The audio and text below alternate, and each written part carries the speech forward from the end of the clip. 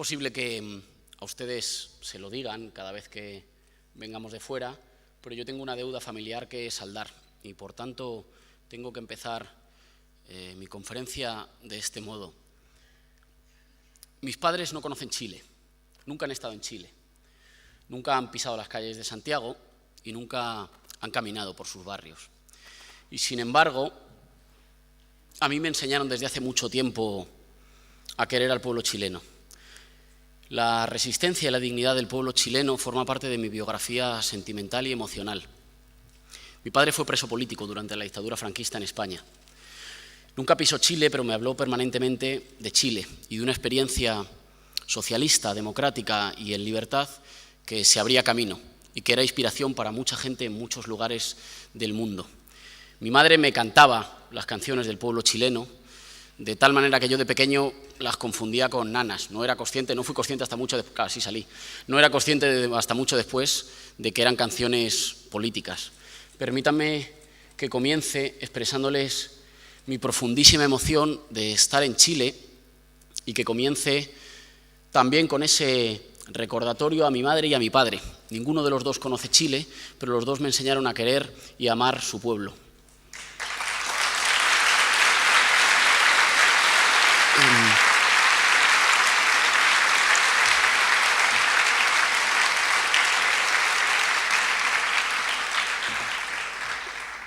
Me enseñaron también que la labor de los militantes y de las militantes no es la nostalgia ni la pena.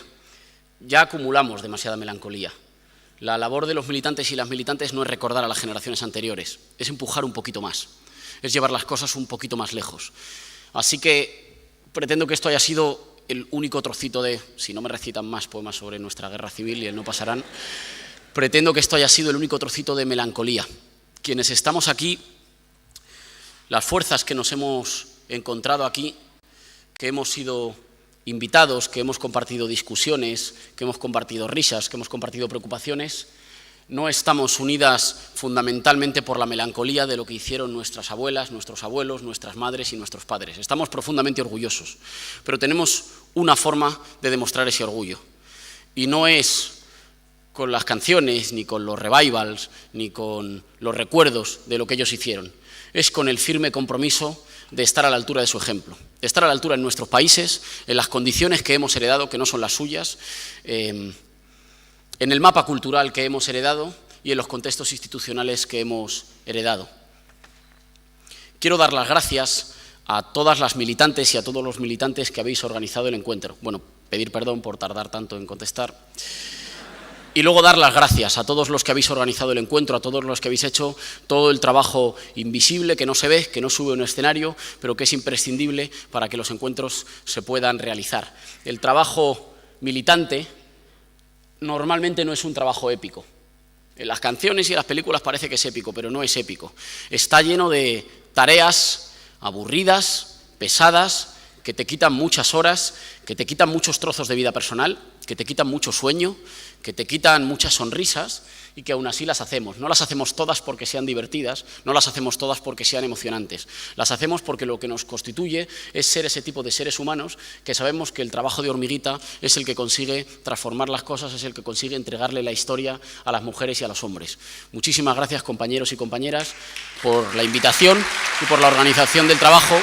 Muchísimas gracias a las compañeras y los compañeros de Revolución Democrática, a todos los compañeros del Frente Amplio, a todos los diputados y diputadas, al senador, a todos los cargos electos, a todas y cada uno de los militantes, a todos los compañeros que con el cariño, con la presencia o con el trabajo nos habéis acogido. Y recibid un caluroso y fraternal abrazo de parte de mi fuerza política, de parte de Podemos, de parte de nuestros millones de votantes, de parte de nuestros cargos electos, de parte del pueblo español que sigue en pie y que sigue reivindicando la soberanía para los de abajo, la soberanía para la gente trabajadora.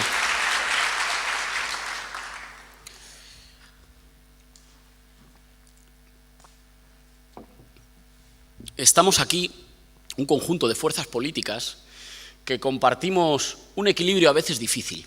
Compartimos un equilibrio entre lo largo, lo profundo y lo ambicioso de nuestros principios y de nuestras convicciones, junto con, al mismo tiempo, la voluntad irrevocable e irrenunciable de convertirlos en transformaciones hoy. Nos hemos reunido aquí fuerzas políticas que compartimos una mirada muy larga, muy ambiciosa, con mucha hambre de transformaciones, junto con la pesada carga de asumir que no queremos ser fuerzas que se contenten con la irrelevancia, con la expresividad, con la identidad, con la celebración de lo que ya somos. Somos fuerzas revolucionarias y somos fuerzas de gobierno. Somos fuerzas radical y profundamente democráticas y somos fuerzas con una inequívoca e inquebrantable vocación de mayorías.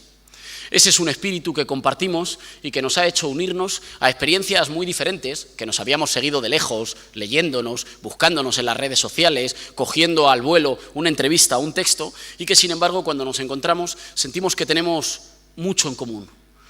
Una drástica resolución a conquistar, recuperar y profundizar la democracia en nuestros países, hoy secuestrada por las oligarquías, y al mismo tiempo una profunda y drástica convicción de que un revolucionario vale tanto como los cambios que consigue hacer.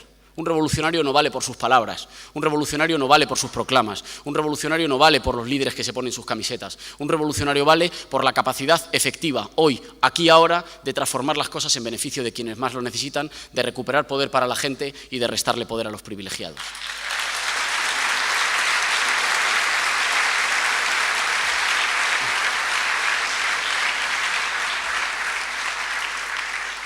Somos también nosotros, que no sabemos muy bien dónde ubicarnos con eso del sur y el norte global, porque somos norte, pero somos sur de la Unión Europea y somos claramente periferia de nuestra Unión Europea y hemos sido sometidos a las políticas elegidas fuera de nuestro país y malas para nuestro país, para la estructura económica de nuestro país, para la vida cotidiana de los ciudadanos de nuestro país. Somos fuerzas políticas que hemos vivido mucho, hemos aprendido mucho, nos hemos emocionado mucho con el ciclo progresista de gobiernos nacionales y populares en América Latina. Me han preguntado mucho estos días, preguntan difícil en Chile, me han preguntado mucho estos días sobre la experiencia del ciclo progresista latinoamericano y cómo la veíamos. Al respecto quiero ser muy claro.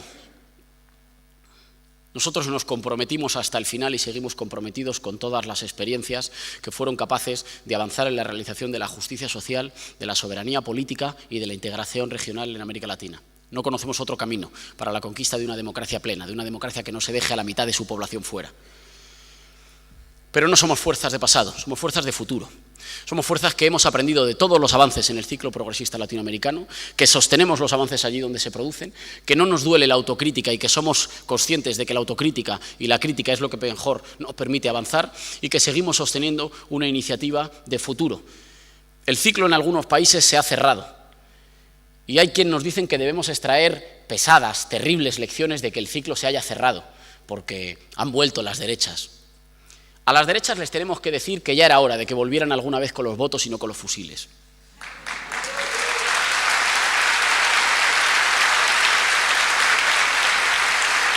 A los que decían que no había democracia en los países que estaban en procesos de transformación y de emancipación nacional, les decimos que aquí está la prueba de que hay democracia. También ellos han podido ganar. Y les decimos que les hemos dejado países en los que los ciudadanos hacen 3 comidas al día, en la que la gente tiene derechos de ciudadanía, en la que los lazos entre los pueblos latinoamericanos se han estrechado, en las que se han hecho un esfuerzo, a veces más exitoso, otras veces con más dificultades, para transformar el sistema productivo y no ser exclusivamente países primarios exportadores. Les decimos que hemos hecho un inmenso esfuerzo, deseamos que ellos lo hagan mejor, si es que son capaces, pero nosotros seguimos vigilantes y seguimos diciendo que no hay más solución que una. Somos radicalmente republicanos, pero no republicanos contra las mayorías populares.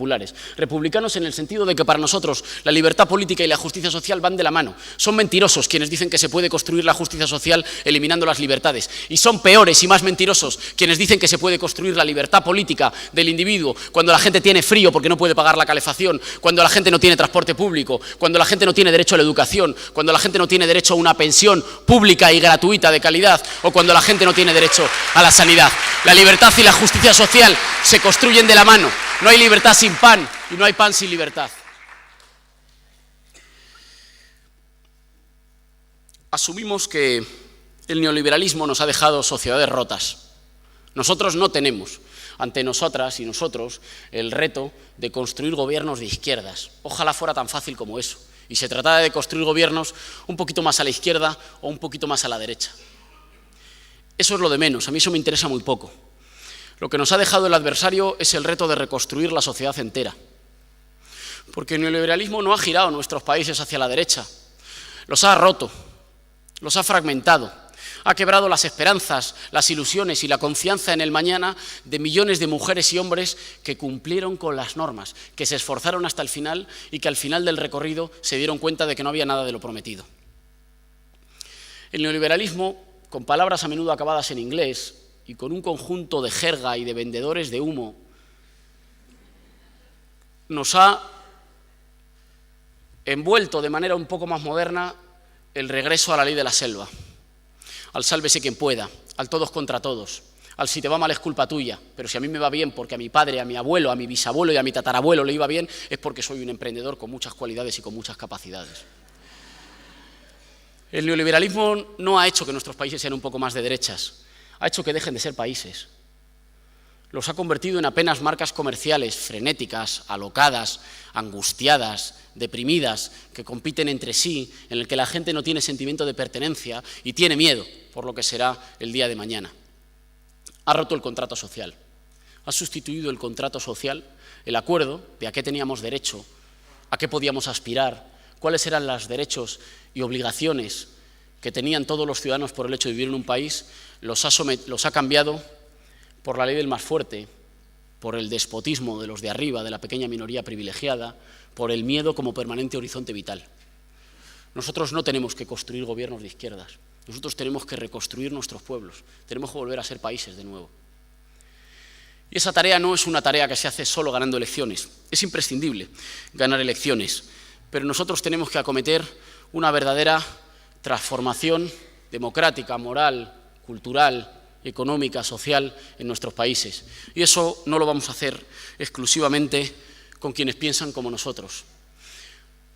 Si solo tuviéramos que revertir medidas económicas desastrosas, os acordaréis esas medidas económicas que nos dicen que si le permitimos a los privilegiados que ganen todo el dinero que quieran, sin ninguna responsabilidad para con el medio ambiente, sin ninguna responsabilidad para con los derechos sociales, sin ninguna responsabilidad para las sociedades en las que viven, sin ningún compromiso con los países que los acogen, ese dinero después fluirá hacia abajo, la famosa teoría de la catarata. Todavía estoy esperando un país en el que se cumpla.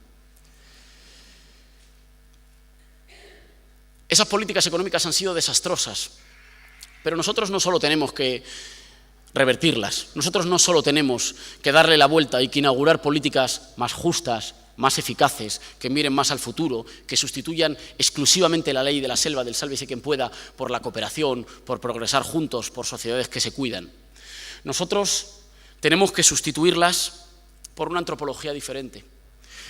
El neoliberalismo ha construido un tipo de antropología, una forma de estar en el mundo.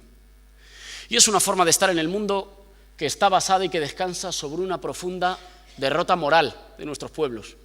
Para que el neoliberalismo fuera exitoso, antes había que derrotarnos en lo más hondo de nuestras emociones, de nuestra conciencia, de nuestras esperanzas. Había que insistir hasta la saciedad, hasta el último rincón de nuestras vidas, con las series, con las canciones, con las películas, con los discursos de los supuestos economistas técnicos que no se meten en política, con los discursos de los supuestos expertos. Había que insistir hasta el último minuto que juntas y juntos no se puede, que es imposible que nosotros y nosotras salgamos adelante como pueblo, como sociedad que es capaz de mirar al mañana con una idea compartida, con un horizonte compartido, que eso era una antigualla del pasado, que la única manera de salvarse es individualmente, pisando al de al lado, aprovechándose de la mala suerte del de al lado, confiando en un golpe de suerte, confiando en que tú sí que eres especial, no como el conjunto de perdedores que te rodean y que nunca van a hacer nada en la vida. Había que derrotarnos como pueblo para después convertirnos en individuos, como decía el compañero, asustados, deprimidos, precarizados, endeudados, completamente y permanentemente desconfiados del vecino de al lado, incapaces de asociarse con el de al lado. No es verdad que vinieran a nuestros países a hacer reformas económicas, venían a hacer reformas profundamente fanáticas en lo ideológico. No la justificaba la rentabilidad económica, que ha sido desastrosa, no lo justificaba el deseo de modernización, porque nos han hecho retroceder décadas, no lo justificaba un deseo de conectarse con otros países, porque nos han convertido en colonias de otros países, lo justificaba significaba una sola idea, profundamente arcaica, antigua, retrógrada y fanática, que no podemos hacer nada como sociedades, que tenemos que tener miedo y desconfianza del de al lado, que la única manera de salir adelante es pisando al de al lado, que los pobres, que los trabajadores, que la gente humilde, que los pensionistas, que los estudiantes están mejor individuales, aislados, temerosos, permanentemente ansiosos, sin tiempo, angustiados por el futuro. Hacía falta una profunda derrota moral. Nosotros nos llamamos Podemos porque nacimos en España con la idea del sí se puede. Es una mentira que nuestras sociedades salgan adelante cuando todos nos ponemos a competir sin tener un horizonte compartido. Es una mentira que nos vaya mejor cuando desconfiamos del de al lado. Es una mentira que podamos salir adelante si nos dejamos atrás a un tercio de la sociedad, si instauramos sociedades en el que tiene un golpe de mala suerte, el que se tropieza, el que ha nacido en una familia más humilde, no puede aportar lo mejor de lo que tiene para el desarrollo nacional. Es exactamente al revés. Queremos salir de nuestras crisis económicas, sociales, ambientales y democráticas, pero somos perfectamente conscientes que solo se sale juntas y juntos. El feminismo nos ha enseñado que hemos venido a la política para cuidarnos, para construir sociedades que sean capaces de liberar tiempo, de cuidarnos, de fabricar cooperación, de fabricar mundos más cálidos y más humanos. Hemos venido a la política para construir la felicidad de nuestros pueblos y eso solo se hace juntas y juntos.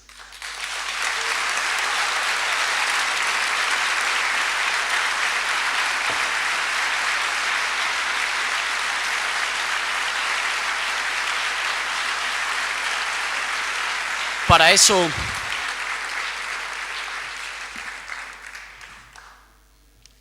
tenemos que poner orden. Y el orden lo tenemos que poner nosotros.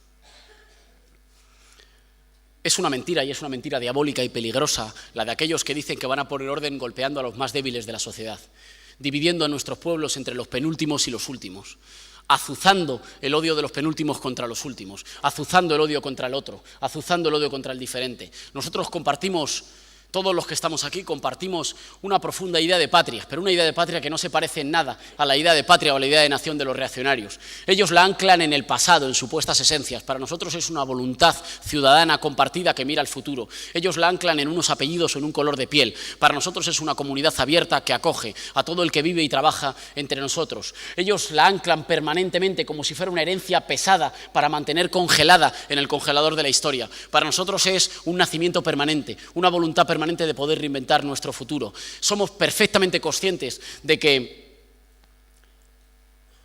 los pueblos no se alimentan de cifras, no se alimentan de datos objetivos, no se alimentan de programas políticos. Para vivir juntas y juntos necesitamos afectos, necesitamos un sentido de trascendencia. Las mujeres y los hombres necesitamos confiar en algo más antiguo, más viejo, más grande que nosotros mismos.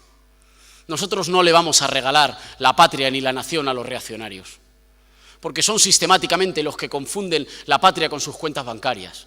Son sistemáticamente quienes confunden la nación con su patrimonio pequeño. En nuestra idea de patria no sobra nadie. Caben incluso ellos, que nunca serán ciudadanos de segunda, pero que van a dejar de ser ciudadanos de primera, porque no va a haber ciudadanos de primera y de segunda.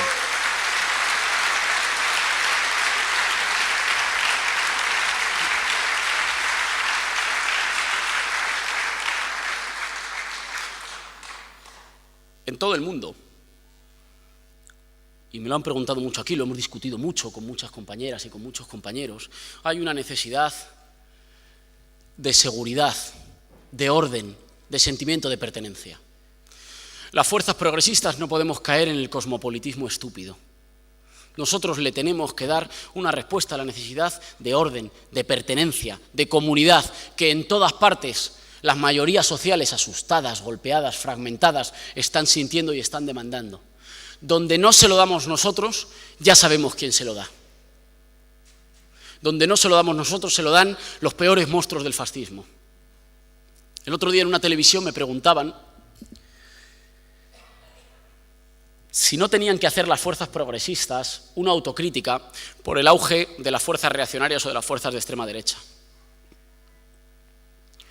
¿Quién ha sembrado a los reaccionarios? ¿Quién ha construido el tipo de caldo de cultivo del que los reaccionarios se alimentan?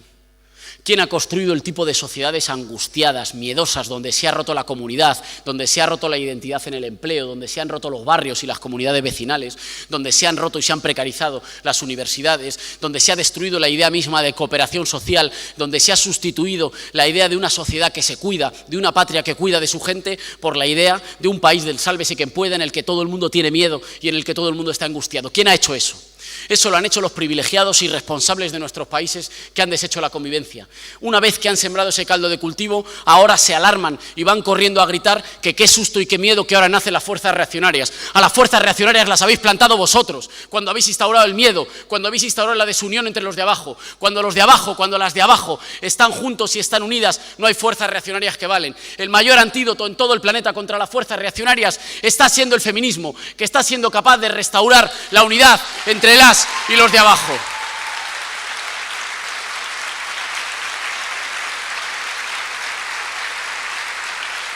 Así que no hay que discutir.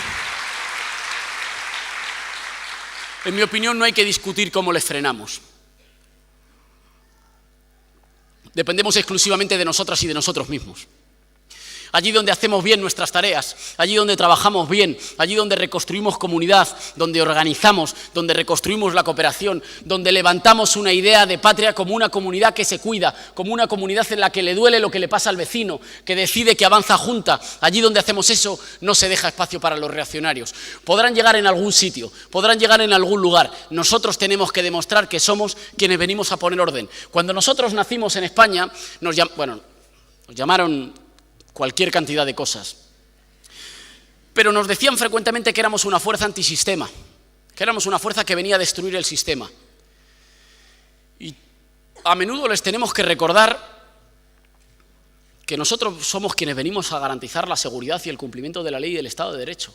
Qué tiempos tan paradójicos estos en los que vivimos, en los que los revolucionarios venimos a poner orden, en los que los antisistema venimos a que la ley sea igual para todo el mundo, por muchos apellidos que tenga, por muchos amigos poderosos que tenga, por muchas influencias, por muchos teléfonos que tenga, por mucha capacidad que tenga de conectar con amigos que le mueven dinero en fondos buitre, que le aseguran paraísos fiscales, que le aseguran tratos de favor o que le aseguran sobrecostes. Nosotros venimos a asegurar que sustituimos el despotismo de los de arriba, la ley del más fuerte, por un contrato social que instaura la ley del más débil, que instaura la seguridad en el mañana, que garantiza que la ley es igual para todo el mundo, que garantiza que crecemos no porque hemos hecho tanto dinero que luego se reparte, que ese cuento es mentira, que cuando han hecho mucho se lo llevan, sino que crecemos porque somos capaces de recuperar la renta disponible de los hogares, porque somos capaces de aumentar el salario indirecto con los servicios públicos, porque somos capaces de aumentar el salario directo, porque somos capaces de aumentar el consumo interno de las familias, porque somos capaces de crear una sociedad que sale adelante cuidándose y protegiéndose. Somos quienes hemos venido a poner orden. Y no vamos a abandonar nunca esa idea de garantizar orden, seguridad y sentido de pertenencia a las mayorías.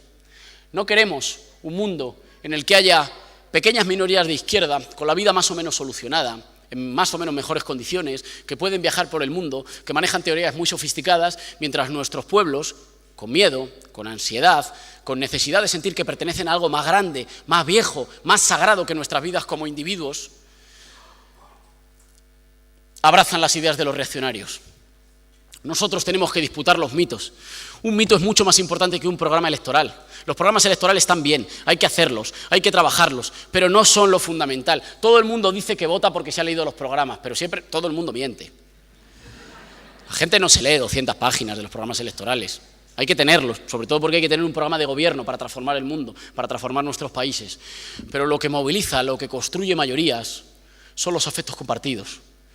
Son los horizontes que son capaces de unirnos más allá de cada una de nuestras luchas particulares, más allá de cada una de nuestras reivindicaciones. Está bien y hay que potenciar todas y cada una de las reivindicaciones, pero nosotros tenemos que fraguar, tenemos que consolidar un horizonte que sea algo más que eso, que sea un afecto, una solidaridad compartida, que nos haga emocionarnos a la vez, porque compartimos canciones, películas, libros, liderazgos, banderas, con gente a la que no conocemos pero que no necesitamos conocer para sentir que son nuestras hermanas y nuestros hermanos.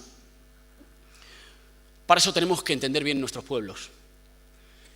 La izquierda tiene que abandonar toda aristocracia, todo sentimiento aristocrático para con sus sociedades y para con sus pueblos.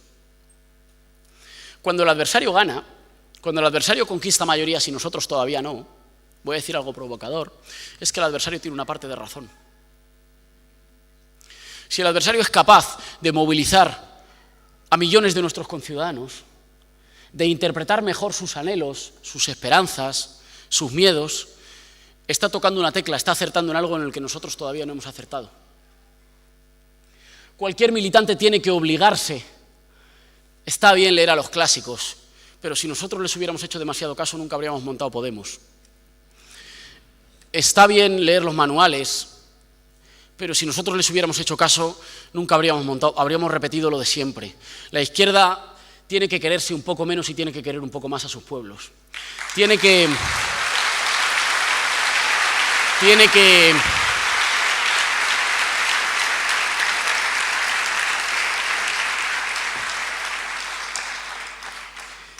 recordar que la izquierda es una metáfora.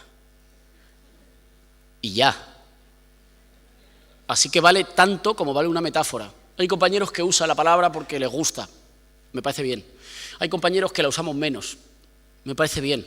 Estamos diciendo las mismas cosas. Nosotros no nos hicimos de izquierdas porque nos gustaran las banderas rojas o levantar el puño o citar nombres raros de gente que vivía en países donde hacía mucho frío. Nosotros nos hicimos de izquierdas porque le teníamos un profundo amor a nuestros pueblos, a la justicia social, y porque sabíamos que es mentira que la democracia fuera un acuerdo entre élites que en un restaurante un día hubieran decidido que se va a votar y se van a tener derechos civiles y políticos. Que la democracia fue siempre un permanente movimiento por el cual los sin nombre, los sin apellido, los anónimos se juntaron, empujaron y consiguieron más conquistas. Que todas las conquistas democráticas han sido conquistas que les hemos arrancado a los privilegiados. Que todas las conquistas que nos hacen vivir en sociedades un poquito más cálidas, un poquito más evolucionadas, que tienen un poquito más de capacidad de mirar al futuro, han sido el resultado de la lucha de los pueblos, han sido el resultado de que en algún punto, en algún momento, alguien combatió la resignación, combatió la desesperanza, se dio la mano con el de al lado, empezó a caminar y consiguió construir una mayoría que equilibró la balanza, que le torció el brazo a los poderosos, que instauró la justicia social y que conquistó la soberanía popular. Esos son los ideales a los que nos debemos. No nos debemos a las metáforas, no nos debemos a las palabras, no nos debemos a los símbolos por muy sagrados que sean, nos debemos única y exclusivamente a la victoria. Y es a eso a lo que debemos apuntar el conjunto de nuestras energías. Y no se vence en un pueblo que no se entiende. No se vence en sociedades que no se comprenden. No se vence en sociedades a las que miramos por encima del hombro, como si la gente estuviera engañada, como si hubiera millones de nuestros conciudadanos que votaran una cosa, pero nosotros tuviéramos la verdad, la poseyéramos bien guardadita en un cajón de las esencias y tuviéramos que abrirla y enseñársela a nuestros conciudadanos. Las verdades no se poseen, las verdades se construyen. No es verdad que la verdad esté en los manuales revolucionarios. La verdad es una construcción colectiva y se construye con el consenso y con el acuerdo.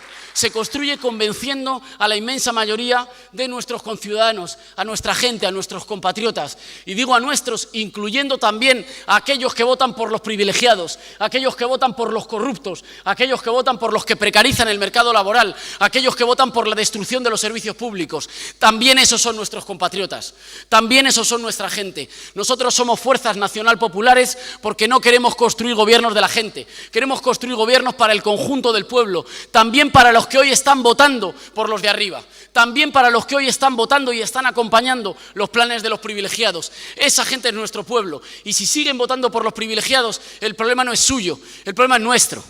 Algo estaremos haciendo nosotros mal, en algo no estaremos sabiendo conectar con los sentimientos, con los miedos, con las necesidades de nuestra gente para construir con ellas y con ellos una mayoría popular. No venimos a construir gobiernos que ganen con un 42% y gobiernen unos años como una pequeña primavera democrática. Las primaveras democráticas están bien, pero nosotros venimos a construir transformaciones irreversibles y solo serán irreversibles cuando se anclen, cuando calen, cuando empapen el corazón y el cerebro también de una muy buena parte de nuestros adversarios, a los que les queremos decir que nosotros en la patria nueva que queremos construir les queremos guardar un hueco, que no tienen nada que temer, que van a perder sus privilegios, pero que van a mantener intactos todos sus derechos y libertades como ciudadanos, porque queremos construir países democráticos en los que quepan también ellas y ellos.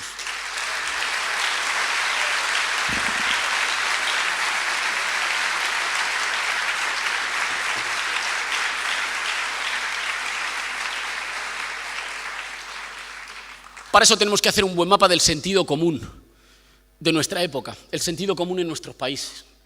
El sentido común, decía Gramsci, la filosofía de los no filósofos, es un conjunto desordenado, contradictorio, ambivalente, de ideas y de nociones inmediatamente evidentes, que ya impregnan la concepción del mundo de una sociedad. Ese sentido común siempre es contradictorio, como decía antes, siempre es ambivalente. Está lleno de ideas reaccionarias y de ideas progresistas. Nos da la razón en algunos temas y en los otros no nos quiere ni ver. Alberga ya ideas de cooperación, de esperanza progresistas y al mismo tiempo ideas por las cuales es profundamente subalterno, le entrega temeroso a los de arriba, a los privilegiados, la conducción del mañana. Tenemos que tener un buen mapa del sentido común para saber, voy a lograr citar, prometo que sea la segunda y única vez que cite ya a Gramsci, lo que son los núcleos de buen sentido, aquellas ideas ya instaladas en las verdades evidentes de época, por las cuales nuestros conciudadanos, nuestras sociedades, ya tengan ideas más avanzadas que aquellos que gobiernan. No es en todos los temas.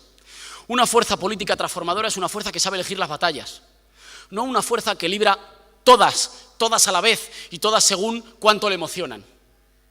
Es una fuerza que sabe combinar cuánto de profundos, de largos, de históricos son nuestros anhelos, pero también en dónde esos anhelos se entroncan con las necesidades, con los deseos o con los temores de una mayoría de nuestro pueblo.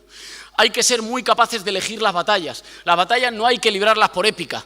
Yo estoy harto de la épica de la derrota, de la épica de que, bueno, vencerán pero no convencerán, nos derrotarán, pero... No. Hay que saber elegir perfectamente las batallas para librar aquellas batallas que podamos ganar, porque no hay nada que genere... No es verdad que la resistencia y las derrotas, bien lo sabemos en nuestros pueblos muy sufridos, generen más voluntad de lucha. Lo que más genera voluntad de lucha es la creencia, la confianza en las propias fuerzas. Así que tenemos que encadenar victorias. Es fundamental apuntar a objetivos que podamos lograr, apuntarlos y unirlos dentro de un relato, dentro de un marco discursivo que otorgue a cada victoria la explicación de que es un paso más en un camino más largo y que generemos que cada victoria nos dé hambre para luchar por una victoria siguiente. No es verdad que cuanto peor mejor, cuanto peor peor, cuanto más derrota más miedo y cuanto más miedo más desunión y más debilidad y menos confianza en las propias fuerzas de los pueblos. Es al revés, hay que construir el terreno cultural y las transformaciones económicas y sociales para que sea más fácil luchar, para que organizarse sea más fácil, para que sea menos heroico. La gente no quiere ser héroes. Nuestros pueblos no quieren ser héroes, porque cuando intentaron y cuando fueron héroes lo han pagado carísimo. Nuestros pueblos, sobre todo cuando hay niveles de vida mejores, cuando hemos conquistado niveles de vida mejores, la gente no quiere heroicidad. Quiere heroicidad cuando no le queda otro remedio. La izquierda no puede ser la fuerza política que le proponga a la gente sistemáticamente vivir en revolución todos los días y ser un héroe todos los días, porque la gente nos acompaña un trecho, pero después de un trecho del camino se queda en casa. Y ahí es cuando nos damos cuenta que nos hemos quedado solos nosotros. Nosotros tenemos que ser quienes seamos capaces de construir que la organización, la lucha, la esperanza, la ambición de ir por más transformaciones sea más sencillo y no más difícil. Y para eso, compañeras y compañeros, hay que elegir las batallas. Hay que elegir aquellas batallas que se pueden ganar. Y una vez que se ganen hay que contarlo. Está bien que hagamos documentales, canciones, películas o libros sobre la derrota y la resistencia, pero está mejor que lo hagamos sobre las victorias. Tenemos que ser capaces de contar que la lucha sirve, que la lucha explica las victorias, que organizado se puede avanzar, que juntas y juntos podemos ganar.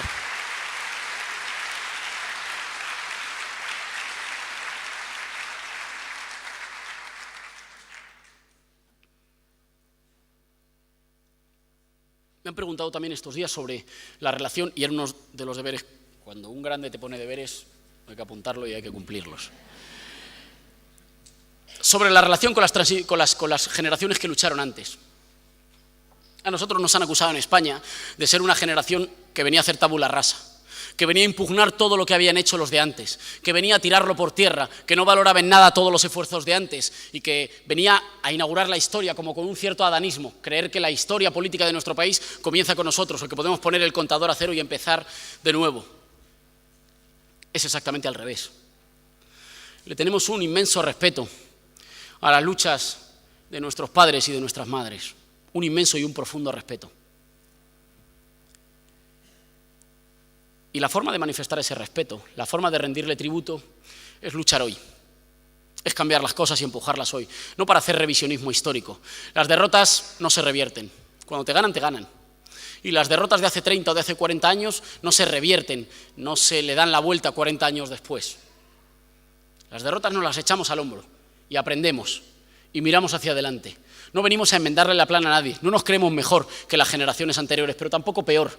Asumimos nuestra labor histórica, asumimos nuestro compromiso con nuestras patrias y nuestro compromiso es decirles gracias por la pelea, gracias por el sufrimiento, sé que llegasteis lejos, no tan lejos como os habría gustado llegar, no sé si lo habría hecho mejor en tu lugar, os tengo un inmenso respeto, muchas gracias por lo que nos legasteis, a mi generación nos toca recoger el testigo y empujar más lejos y esa es la manera de ganarnos el orgullo de quienes lucharon antes, nada de revisionismo histórico, nada de enfrentar a las generaciones, nada de querer partir entre abuelos y nietos, entre madres e hijas, es al revés, es exactamente al revés. Nosotros queremos unir a las generaciones y queremos unirlas en un proyecto de futuro, recogiendo lo mejor de lo que hicieron y empujando más lejos. Y yo sueño con que dentro de 20 o de 30 años venga una siguiente generación que me diga muchísimas gracias por el camino. Yo creo que puedo empujar un poquito más, yo creo que puedo empujar un poco más de justicia social, yo creo que puedo conquistar un poquito más de derechos sociales, yo creo que puedo conquistar un poco más de modernización económica de nuestros aparatos productivos. Me alegrará que otros lo hagan y lo estoy haciendo precisamente por las generaciones que vinieron antes. Es una pregunta capciosa, es una pregunta mentirosa, aquella que quiere enfrentarnos con las anteriores generaciones. Es precisamente para unir generaciones que recogemos el testigo, miramos hacia adelante y queremos empujar la historia un poquito más, para que mi madre y mi padre estén orgullosos de lo que hemos hecho.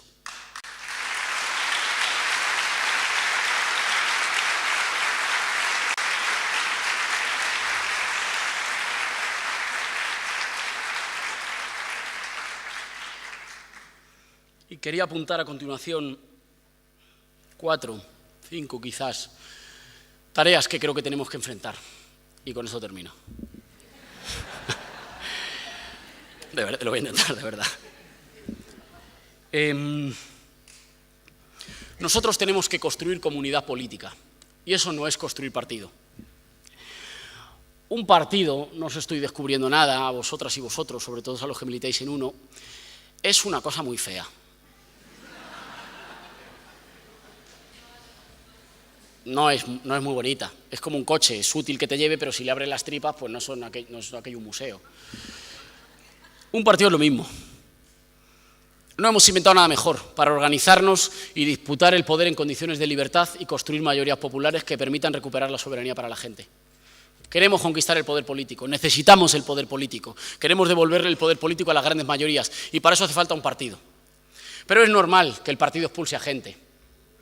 Es normal que haya gente, no digo que eche a gente, es normal que haya gente que no se sienta interpelada o con ganas de militar en un partido. Es verdad que es normal que haya gente que sienta que no tiene ganas, que no le apetece, que no es lo que más le divierte, que no es lo que más le pone los pelos de punta.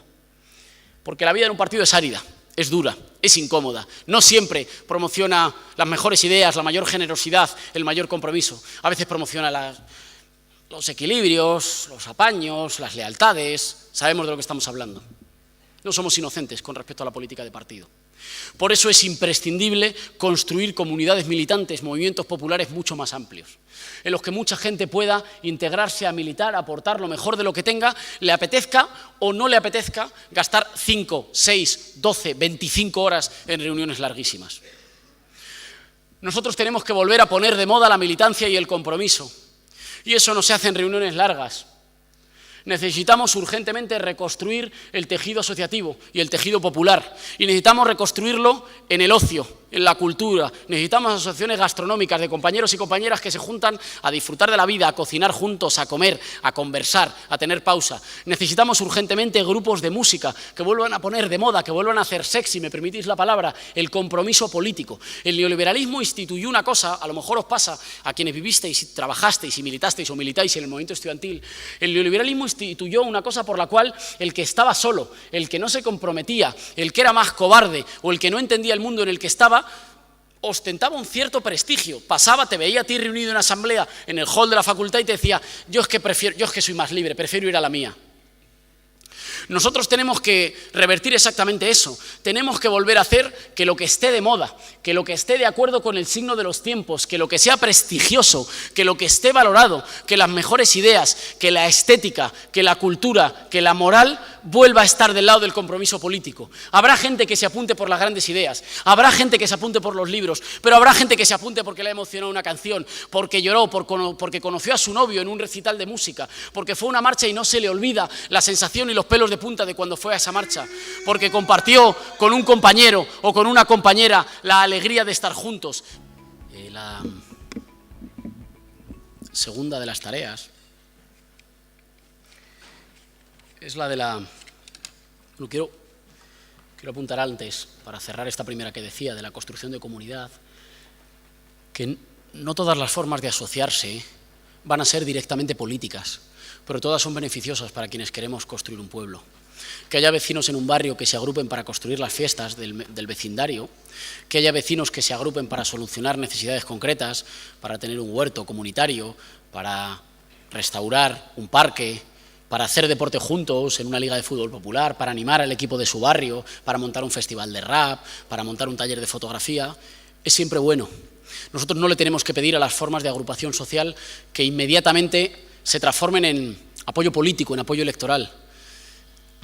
Que la gente esté asociada siempre es mejor que esté sola. Nosotros necesitamos construir comunidad. Es posible que a veces empiece solo por satisfacer necesidades culturales, estéticas, pero es siempre positivo. Va a redundar siempre en beneficio de una idea que solo puede tener un desarrollo progresista. Juntos es mejor. Juntos se hacen mejor las cosas, juntos nos lo pasamos mejor, juntos estamos más a gusto, juntos, cooperando, trabajando juntos, podemos tener vidas, espacios cotidianos, barrios, facultades o centros de trabajo donde se está mejor. Es preciso que multipliquemos los espacios de militancia más allá de las organizaciones políticas y electorales, que son absolutamente imprescindibles, pero que necesitan además del acompañamiento de muchos lugares donde a lo mejor hay alguien que no quiere pasarse 8 horas en una reunión, pero que quiere aportar algo, y que lo que quiere aportar es que es capaz de fundar un grupo para salir a la montaña y para hacer excursionismo, o que es capaz de fundar un grupo para hacer deporte. Nosotros necesitamos reconstruir el conjunto de nuestro pueblo con todas las formas de asociación que vuelvan a poner de moda la comunidad y el compromiso. En segundo lugar, una cosa a la que siempre decimos y a la que le dedicamos muy poco tiempo, el problema de la formación de cuadros. Somos conscientes de que es imprescindible, pero nunca hay tiempo. Porque siempre estamos, cuando no tenemos una elección tenemos un congreso, cuando no tenemos un congreso tenemos una campaña electoral y luego tenemos que dar la pelea institucional y para eso nunca hay tiempo. Un cuadro no es alguien que tiene un cargo y que cuando sale por la televisión le ponen aquí un rótulo con un nombre así como grande y rimbombante. Hay gente que no tiene nombres rimbombantes y que es un cuadro, y hay gente que tiene nombres rimbombantes y no es un cuadro. Un cuadro es básicamente una persona que cuando llega a un lugar se nota su presencia. Que cuando cambia de trabajo, al trabajo en el que llega, aparece la organización. Que cuando cambia de barrio, en el barrio en el que llega, de repente hay más tejido.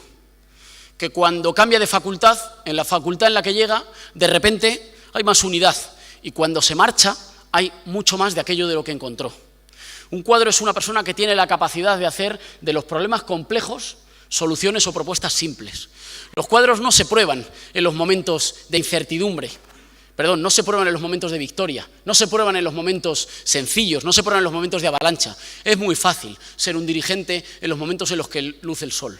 Los cuadros se prueban en los momentos de incertidumbre, de dudas. Son aquellos que tienen la capacidad de levantar la moral de nuestra gente cuando la moral está un poco más baja. Son aquellos que tienen la capacidad de dar tareas concretas. Sí, todo es muy complejo, pero que todo sea muy complejo no te puede hacer que te quedes sentado en casa, abrumado ante la complejidad o las dificultades. Todo es muy complejo, pero yo te propongo 3 pasos para transformar las cosas. Un cuadro es alguien que tiene la capacidad y la inmensa generosidad de sembrar, de no hacerse imprescindible y de garantizar que cuando se canse, porque nos cansamos, que cuando lo deje, que cuando se siente, que cuando se vaya a su casa, que cuando se vaya a hacer otra cosa, en su lugar donde había 1, ahora hay 3 o ahora hay 5. Y esos cuadros son invalorables. Valen mucho más que un congreso o que una organización. Cada uno y cada una de nosotros, quienes militéis, quienes estéis en espacios de militancia y en particular quienes estéis en labores de dirección, tenéis que tener una obligación moral, tenéis que tener una obligación que marque todos y cada uno de vuestros actos. Cuando yo me vaya, ¿a cuántos he dejado que son mejores que yo? Cuando yo me canse, ¿cuántos hay detrás que son más listas, más listos, que son más generosas, que son más empáticos, que son más capaces de construir y no de dividir, que son más capaces de hacer sacar los mejores talentos, los mejores méritos y las mejores capacidades de la gente? Elegid a uno, a dos o a tres y volcaos y sed profundamente generosos y generosas y aseguraos que estáis sembrando no cuadros de un partido, sino cuadros para que nuestra generación se ponga al mando de nuestros países. Si nosotros hemos dicho que no venimos a ganar unas elecciones, sino que venimos a cambiar el rumbo de un tipo de políticas que han condenado a nuestros países a ser más injustos, más desunidos, más pesimistas, más desiguales, con menos capacidad de afrontar el futuro aprovechando el talento de todas y todos, entonces, compañeras y compañeros, hay que estudiar. Hay que sacar tiempo de donde sea, y sé que el tiempo no abunda, hay que estudiar. Hay que tomárselo como una obligación. No vale que algunos estén en unas tareas y otros estén en otras. No hay ninguna excusa para ningún militante transformador, revolucionario, para no estudiar. Para el día de mañana estar en posiciones de cambio que no van a ser épicas. Si el día de mañana queremos tomar el Ministerio de Sanidad y que garantice que la política sanitaria de un país no la dictan las multinacionales que se quieren hacer ricas con la privatización de la sanidad, ni las farmacéuticas que se quieren hacer ricas con las patentes, sino que la dictan las necesidades de nuestro pueblo, eso no se hace como lo estoy haciendo yo aquí, solo enunciándolo. Necesitamos compañeras y compañeros que sepan mucho de sistemas de salud pública. Si nosotros mañana queremos torcerle el brazo a la especulación inmobiliaria, necesitamos urbanistas, necesitamos arquitectos, necesitamos juristas, necesitamos economistas, necesitamos expertos en la conservación del medio ambiente, necesitamos ingenieros, necesitamos a muchas y muchos compañeros que tienen saberes que no son épicos y que no se aprenden en la militancia. En la militancia aprendes otras cosas. En la militancia aprendes a hablar, más o menos, aprendes a atarte bien los cordones de las zapatillas cuando vas a una marcha, aprendes a llevar el documento de identidad siempre encima, aprendes a veces a discutir, aprendes a sujetar un megáfono, a pintar en las paredes, a mezclar el agua con cola para pegar carteles, aprendes muchas de estas cosas. Son fundamentales. Yo voy a decir una cosa a riesgo de ser sectario. No me fío de nadie que no haya pasado por eso. No me fío de los compañeros que se han apuntado al cambio político cuando el cambio político era tener un cargo, o cuando el cambio político era tener un salario, o cuando el cambio político era hablar por la televisión. No me fío de los compañeros que no han corrido, no me fío de los compañeros que no hayan pegado carteles, no me fío de los compañeros que no se han dejado las noches en una asamblea, que no se han muerto de frío en la toma de una facultad, que no se han ido a un barrio a pegar carteles, a poner pancartas, a organizar a los vecinos. No me fío de los compañeros que no hayan pasado por la militancia, pero la militancia sola no vale. Junto con la militancia es preciso prepararse para ser el grupo dirigente de nuestros países, y eso no se hace solo con la voluntad, se hace con el estudio y con la preparación. El día de mañana vamos a necesitar de muchas condiciones, de muchos saberes, de muchos conocimientos técnicos que no se adquieren solo en la organización, que se adquieren estudiando y preparándose, porque el día de mañana vamos a tener que sustituir, donde hay alguien haciéndolo al servicio de los privilegiados y del beneficio de unos pocos, hay que poner a una compañera o a un compañero que esté en mejor disposición, no solo de decirlo, sino de hacerlo en el día a día, porque el momento verdaderamente revolucionario no es el momento del asalto al Palacio de Invierno, ese es el más hermoso, pero al día siguiente hay que recoger la basura, al día siguiente la luz se tiene que encender en todos los barrios, al día siguiente la producción económica tiene que llegar a todos los lugares, la distribución tiene que llegar a todos los lugares, hay que cambiar el modelo productivo, hay que cambiar la dependencia de las energías fósiles por las energías renovables, hay que organizar de una forma diferente la competencia, hay que organizar de una forma diferente la relación con las administraciones públicas, y eso no se hace solo con la voluntad, se hace con el conocimiento. Por eso, para formar cuadros es inaplazable e imprescindible la tarea permanente de sacar hueco y de estudiar con la conciencia de que nos estamos preparando para ser gobierno.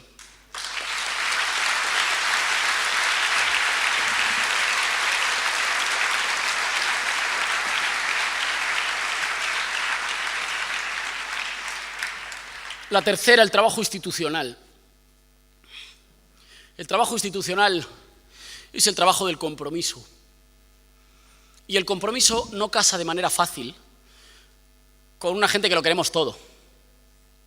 Que hemos venido no a ponerle parches o a hacer enmiendas a una ley. Hemos venido a transformar radicalmente nuestros países. Así que uno viene a transformar radicalmente su país y de repente se da cuenta que tras 5 horas de comisión acaba de salir y ha logrado que se apruebe la inclusión de 3 frases en una enmienda a un proyecto de ley. Soy diputado. Y sin embargo eso es imprescindible. ¿Y cómo se camina esa contradicción? ¿Cómo se camina la contradicción entre los grandes principios, los grandes fines que nos calientan el alma, que alumbran las mejores ilusiones de que nuestros pueblos pueden salir adelante y pueden instaurar sociedades más justas y más libres? ¿Cómo se casa eso con la necesidad del del compromiso, del gradualismo, del paso a paso, del poco a poco típico del parlamentarismo y del trabajo institucional. Hay que explicarlo como sucintamente pretendo hacer, hay que explicarlo con toda la voluntad, pero también con toda la honestidad. Nosotros tenemos unos fines, tenemos unos deseos, una ambición colectiva que llega mucho más allá de aquello que hemos conseguido en el día a día, pero necesitamos conquistas en el día a día para demostrar que somos útiles. La diferencia entre un revolucionario y un predicador es que el revolucionario consigue cosas ya para la transformación de su gente. El problema nunca está en el pasado mañana. Cuando llegue el mundo socialista, democrático, ecologista y feminista, ahí ya no hacemos falta. Así que no hay que hablar mucho de eso, hay que discutir el mientras tanto, hay que discutir que ya, mientras transformas el mundo de base, yo voy a tener mejores condiciones o menos. Vamos a sustituir más y mejor la precariedad y el miedo por la cooperación, los derechos y un proyecto nacional. ¿Vamos a ser capaces, sí o no? Hay que ser útiles, porque tenemos la imperiosa necesidad de que todas y cada uno de nuestros votantes, en la cena familiar, en el bar tomando una cerveza con los amigos o cuando esté en el trabajo, en una pausa del trabajo, pueda defender de manera muy sencilla, de manera muy simple, con elementos tangibles, muy inmediatos, para qué sirve el voto por el cambio político. ¿Qué cosas concretas y específicas se consiguen? Porque si lo único que se consigue es la resistencia y la épica, esa es una gasolina que dura un tiempo, pero que no dura permanentemente. Sobre todo dura para nosotros, para los más militantes, pero no se construye una mayoría solo con los militantes. Se construye una mayoría con mucha gente que, como decía antes, no tiene voluntad de heroicidad. Por eso es necesario que nuestro trabajo institucional sea capaz de conseguir conquistas inmediatas, que le demuestren a la gente que allí donde estamos somos útiles, somos decisivos, transformamos teniéndole permanentemente lealtad a la ciudadanía y no a los poderes privilegiados que no pasan por las urnas. ¿Y cómo conciliar eso con las grandes metas, con el gran horizonte? Solo hay una manera, que es el trabajo cultural. Mirad, nosotros en España hemos conseguido un preacuerdo, que yo creo y deseo que se va a convertir en presupuestos generales del Estado, con el Partido Socialista, que le sube un poco las cargas a los grandes patrimonios y a las empresas en nuestro país, que pagan mucho menos de lo que pagan sus colegas en Francia o en Alemania, y que a cambio es capaz de subir hasta en un 20% el salario mínimo, incrementa el presupuesto para investigación y ciencia, incrementa las ayudas a la dependencia o blinda las pensiones públicas. ¿Es eso todo lo que queríamos hacer? No. Nosotros queremos ir muchísimo más lejos. Es lo que hemos podido arrancar en una negociación con el Partido Socialista. Hay quienes nos dicen que podíamos haber ido más lejos. Es posible. Eso no se demostrará hasta que alguien vaya más lejos de facto. Así que nosotros lo que decimos es, estamos haciendo camino humildemente. Nosotros venimos a transformar nuestro país, a sustituir la oligarquía por la democracia. Pero le decimos a todos los que sufren, a todos los que están angustiados, a todos los que están esperando que alguien les ayude, que alguien les dé una mano, que desde que llegamos somos útiles inmediatamente. No regalamos nada, no firmamos un cheque en blanco con nadie, pero garantizamos conquistas que yo tengo la sensación de que no se habrían producido si no hubiera sido porque estamos nosotros. Y al mismo tiempo hay un profundo y permanente trabajo cultural para realizar. El trabajo cultural de decirle a la gente, ¿lo ven ustedes cómo se puede? No es que nos conformemos, es que nos dijeron que esto era imposible hacerlo y que si se hacía se iban a hundir nuestros países. El día que lo hagamos y que nuestros países no se hundan, entonces ¿qué sucederá? Que trabajaremos por crear más hambre de conquistas. Gobernamos algunas de las principales ciudades de nuestro país, Cádiz, Coruña, Madrid, Zaragoza, Valencia o Barcelona. Dijeron que cuando llegáramos las ciudades se iban a sumir en el caos, se iban a ir las empresas, las alcantarillas no iban a tragar el agua, decían que íbamos a sustituir la Junta de Distrito por soviets, que se iban a... Lo decían de verdad, ¿eh? Gente muy seria, muy entrajetada, que decía que íbamos a sustituir los ayuntamientos por soviets. ¿Qué ha pasado desde que estamos en los ayuntamientos? Pues ha pasado, si quieren ustedes, lo más revolucionario que podía pasar, que a nadie se le ha erosionado un solo derecho. Ni nuestros más acérrimos adversarios pueden decir que han perdido un solo derecho desde que estamos. Así que se ha demostrado que era mentira lo que decían los que solo tienen como argumento permanente el miedo, la resignación, bajar los brazos. Si en algunos sitios hemos llegado y hemos hecho transformaciones humildes, contradictorias, con límites, que nos dejan con mucha más hambre de ir por más transformaciones, hemos conseguido demostrar una cosa: nosotros garantizamos el orden, nosotros protegemos la institucionalidad, nosotros garantizamos que nadie tenga que tener miedo ni vivir con miedo. Y por eso vamos por más. Es necesario e inaplazable el trabajo cultural que explique que cada transformación institucional pequeña es solo un pasito en un camino mucho más largo y que ubique cada transformación institucional pequeña, modesta, contradictoria, difícil, como sabemos que son, en un camino más largo. Y como decía antes, que cada victoria nos dé hambre de una siguiente victoria. ¿Y luego qué? Cuarta tarea. Y cuando llegamos a los gobiernos, nuestros países son países muy oligárquicos. ¿Qué significa que son oligárquicos? Que cuando las fuerzas nacionales, populares, progresistas llegan al poder, tienen un trocito del poder, solo uno. Cuando ellos llegan lo tienen todo. Solo completan el puzzle, le ponen el puzzle del poder político que necesitaban y el resto de todos los poderes los tienen. ¿Eso es por qué los tienen? ¿Porque se han ganado la confianza de la gente? No. Por la herencia, por los apellidos, porque son hijos de privilegiados, porque se lo dejaron en herencia. Así que nosotros cuando llegamos, no hay que hacerse ilusiones, llegamos rodeados. Ganamos los gobiernos rodeados de poderes oligárquicos, que trabajan sistemáticamente para que lo que ha votado la gente fracase. Y tenemos que ser conscientes, y no podemos abrir disputas con todos los poderes privilegiados a la vez. Solo un necio hace eso, porque cuando hace eso ayuda a que se coaliguen todos esos poderes, ayuda a fortalecer el bloque oligárquico contra el bloque popular. Tenemos que elegir qué batallas se pueden ganar y qué batallas podemos ganar y transformar la vida de la gente. Y cuáles a lo mejor habrá que aplazar porque no hay el suficiente apoyo popular o porque no hay la suficiente correlación de fuerzas. Y esto es como cuando en España hacemos arroz, o te pasas o no llegas. Y la única manera de probarlo, no hay un manual sobre cómo se cocina el arroz. Solo es ir probando e ir viendo. Me habré pasado, me quedará demasiado duro, demasiado blando. Eso solo se aprende haciéndolo, testando, probando. ¿Hasta dónde me permite avanzar la correlación de fuerzas? Y hay dos abismos. Si te pasas eres un irresponsable y si no llegas eres demasiado prudente. Nosotros tenemos que ir contrapesando, tenemos que ir viendo hasta dónde se puede llegar. ¿Qué sugiero yo? Tenemos que contraponer dos planos, como dos. Yo hice la escuela cuando no existían todavía los proyectores, lo que pasa es que me conservo francamente bien, pero hice la escuela cuando no existían todavía los proyectores y ponía, no sé si os acordáis, que os contraponían como calcos, como papeles transparentes, para que vieras como, por ejemplo, dos conjuntos fabricaban un subconjunto, ¿no? Tampoco se hace tantísimo. Tenemos que contraponer dos planos, y donde los dos planos se junten, ahí hay que intervenir. El primer plano, el del sentido común de época. ¿En qué transformaciones nuestro pueblo está deseando acompañarnos, reforzarlas y avanzar más? ¿Y en cuáles no? Y hay que empezar por aquellas en las que sí. Esto no es muy sofisticado. Hay que empezar por aquellas en las que ya encontramos con una simpatía mayoritaria de nuestros pueblos. No es que sean las únicas que nosotros queramos hacer, pero para las otras no están dadas las condiciones culturales. Queremos construir el consenso para que nos acompañen, pero hasta que no lo construyamos no se puede avanzar. Decía uno de esos señores de uno de esos países en los que hace muchísimo frío, un paso por delante de las masas, pero solo uno. Si vas un paso por detrás, estás retardando. Si vas 3 por delante, no eres un revolucionario, eres un lunático. Un paso, pero solo uno por delante de las masas. Aquellas peleas, aquellas demandas, aquellos terrenos en los que ya la conciencia de nuestro pueblo nos acompaña. ¿Y eso con qué hay que cruzarlo? ¿Cuáles son las fuentes del poder oligárquico hoy en nuestros países? Porque esas fuentes hay que derruirlas, que nadie se asuste. Yo quiero que la derecha pueda ganar elecciones siempre que gane la mayoría popular en nuestros países.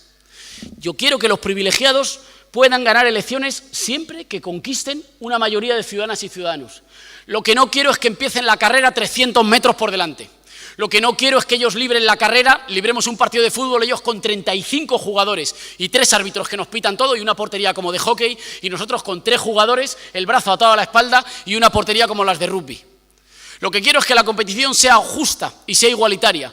Y para eso hay que eliminar las fuentes de poder oligárquico de nuestros países.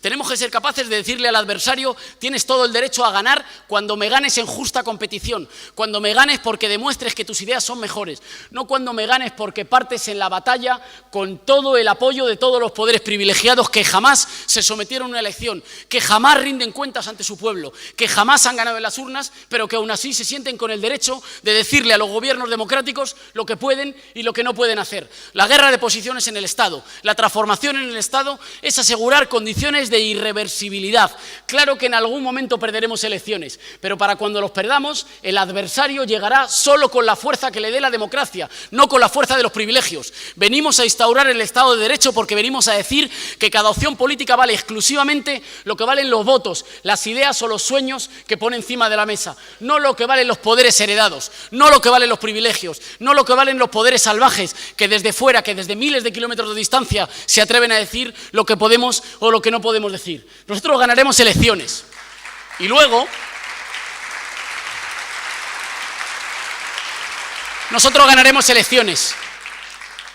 las perderemos. Y no es solo que sea normal, es que está bien que así sea. Ahora, para cuando nos vayamos, nos tenemos que haber asegurado que construimos un país como lo que el neoliberalismo hizo, pero al revés. ¿Qué hizo el neoliberalismo? ¿Qué hizo, por ejemplo, en Europa o en mi país? Construyó un país en el cual, incluso si ganaba el adversario, ganaba construyendo o haciendo unas políticas muy similares a las que ellos mismos habían hecho. Ganaba construyendo una cierta irreversibilidad relativa. Es decir, algunas de las transformaciones las anclaba tan profundo en nuestras sociedades que no bastaba con ganar una elección para revertirlas. Es esa famosísima frase de Margaret Thatcher, que en paz descanse, tanta gloria lleves como descanso dejas, en la que decía: el logro del que estoy más orgullosa es Tony Blair. Es una frase bastante malvada, pero en la que además explicaba una cosa muy sensata. Miren ustedes, he transformado tanto y de tal manera Inglaterra que para ganarme han tenido que parecerse más a mí misma que a lo que ellos mismos eran hace 10 años. Nosotros tenemos que hacer lo mismo. Si me lo permiten, lo resumiría de forma un tanto provocadora, viniéndome un poquito arriba. Nosotros tenemos que civilizar a nuestras derechas. Las tenemos que civilizar para decirles: podréis volver al poder, podréis recuperar el poder, pero lo haréis heredando y asumiendo una buena parte de las transformaciones que nosotros ya hemos dejado, como un suelo mínimo a partir del cual ya no se retrocede. Queremos conquistar derechos y servicios públicos que se anclen en la memoria popular y que la gente, incluso aunque luego no nos vote, diga: son míos, como chileno, como español tengo derecho a ellos y no los regalo, y a lo mejor ya no nos votan, pero van a defenderlos. Queremos construir transformaciones productivas, transformaciones económicas que construyan sociedades en las que la cooperación, la innovación, el aparato productivo nacional, el no entreguismo de la economía de nuestro país a los poderes extranjeros se convierta en un patrimonio de todas y de todos, aunque no nos voten, y sea un patrimonio que tengan que heredar incluso los adversarios cuando vengan después. Queremos construir una vida cotidiana, una cultura, un ocio, una forma de relacionarnos que haga que ellos, para regresar, se tengan que parecer más a nosotros de lo que hoy en día, de que a ellos mismos en lo que hoy en día son. Tenemos que gobernar siempre sabiendo que estamos de paso, pero no solo como una loa al pluralismo, que es irrenunciable, también como una loa a que las transformaciones que hagamos nos tienen que sobrevivir. Estaremos gobernando bien si algunas de las transformaciones que introducimos en la vida cotidiana, en los códigos jurídicos, en la economía, en las relaciones sociales, cuando después viene el adversario no las puede desmontar. Y no estoy hablando a veces siempre de grandes transformaciones. El neoliberalismo transformó, por ejemplo, el urbanismo. Así que en mi país una buena parte de los nuevos barrios no son barrios, no tienen lugares de encuentro, no hay plazas, no hay bancos, no hay fuentes, no hay lugares donde encontrarse. La gente vive en una colmena, baja en el garaje, coge un coche y se encuentra en el centro comercial. Han construido un tipo de urbanismo que construye un tipo de subjetividad que después es muy difícil de revertir, porque han acostumbrado a la gente a un tipo de relación en la que no existe lo público. Existe el individuo aislado y luego se encuentra consumiendo brevemente y vuelve a encerrarse en casa. O en un club privado, en un lugar siempre rodeado de vallas. Nosotros tenemos que pensar, y eso no hay una respuesta universal, es una respuesta país a país, cuáles son aquellos ámbitos en los que tenemos que incidir, en la cultura, en las relaciones entre géneros, en el urbanismo, en la economía, en las leyes, de tal manera que incluso cuando ellos regresen no van a poder deshacer una parte de lo que hemos hecho. En España, por poner un ejemplo que sea en positivo, se aprobó el matrimonio igualitario para personas del mismo sexo que se querían casar. La jerarquía católica y la derecha organizaron inmensísimas manifestaciones contra el derecho al matrimonio gay. Y dijeron que cuando llegaran lo iban a quitar.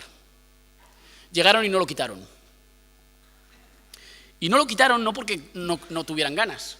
No lo quitaron porque en los años que estuvo vigente, todavía está vigente, pero en aquellos años en los que ellos todavía no habían llegado, se ancló en el sentido común de mi pueblo. La gente se acostumbró a ver matrimonios gays en las series. Se acostumbró a ver personajes que con toda normalidad se casaban en las películas. Se acostumbró a que hubiera presentadores de televisión que lo dijeran. Es más, jurídicamente se produjeron matrimonios que después no se podían deshacer, no podían sacar un real decreto deshaciendo matrimonios que ya se habían contraído. ¿Qué se construyó ahí? Irreversibilidad. La derecha volvió, pero volvió en condiciones en las que una parte de los avances que se produjeron no los podía deshacer, así que los ha tenido que asumir, a regañadientes, con dificultades, sin gustarle, escatimando, intentando regatear, pero los ha tenido que asumir. La mayor victoria cultural es cuando el adversario acaba haciendo lo mismo que tú hacías antes, cuando lo que nosotros defendemos al principio es una locura y al final lo vamos a acabar haciendo. Nosotros estamos defendiendo que hace falta una renta básica universal que no deje a nadie atrás y que garantice que la mayor tecnología, la mayor cantidad de tiempo disponible no se convierta en precariedad, sino se convierte en más tiempo liberado, en más productividad. Al principio, cuando nacimos diciéndole una idea de locos y de antisistema, hoy ya se apuntan a decirlo, estoy convencido que dentro de 10 o de 20 años será realidad en mi país. Habremos ganado cuando esa realidad la firmemos nosotros, pero voten también ellos a favor. Cuando ellos, a regañadientes y finalmente lo acepten, es lo mismo que ha hecho el feminismo. El 8 de marzo hubo una huelga feminista histórica en mi país. Las formaciones políticas de la derecha al principio dijeron que no se querían sumar, que era antisistema, que era una cosa anticapitalista, que no se iban a sumar. En las horas previas a la huelga del 8 de marzo corrieron a ponerse un lazo morado. Y había compañeras que decían, son unas hipócritas, me da exactamente igual lo que sean. Se lo han tenido que poner por la fuerza cultural y por el consenso que el feminismo ha construido. La victoria es eso. La victoria es cuando el adversario tiene que hacer lo mismo que habías hecho tú.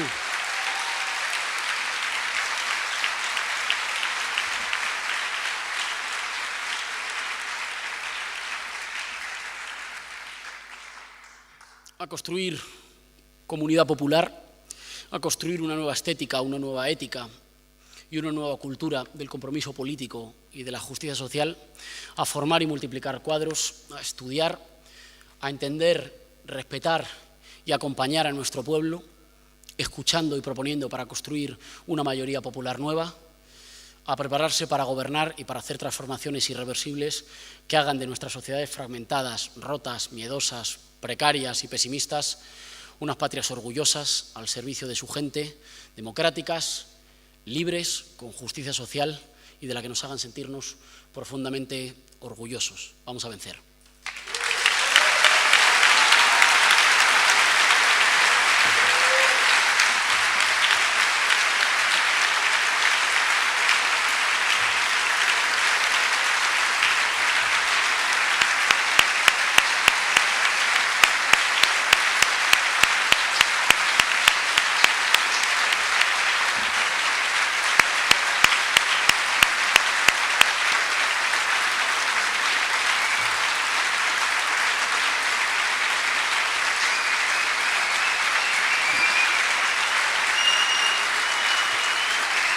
Gracias, compañeros.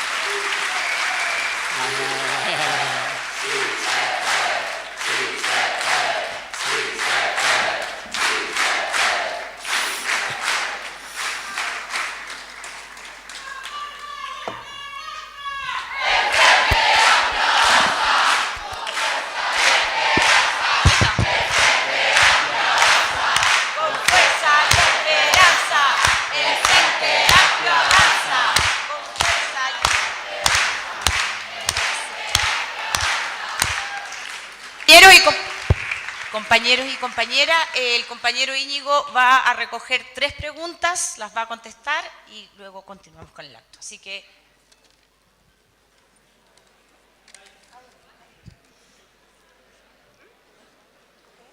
¿Preguntas?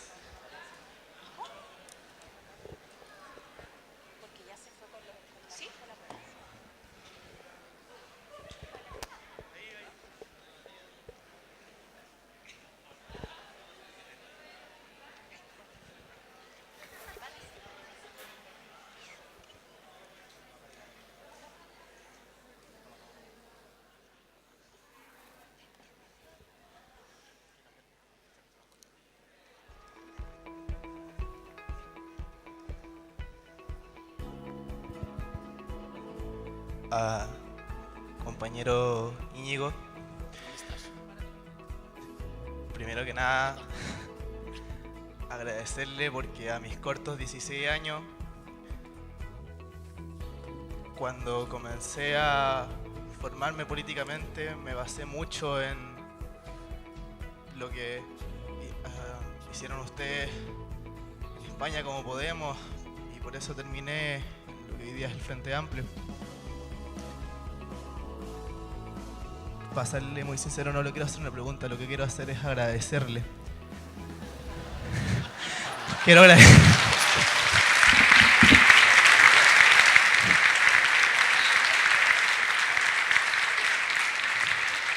agradecerle a usted, agradecerle a Pablo,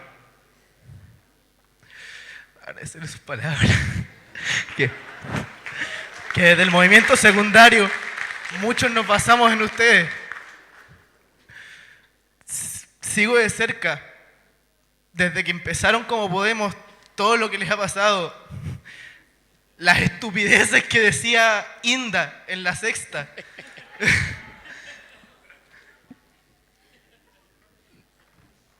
Gracias, compañero.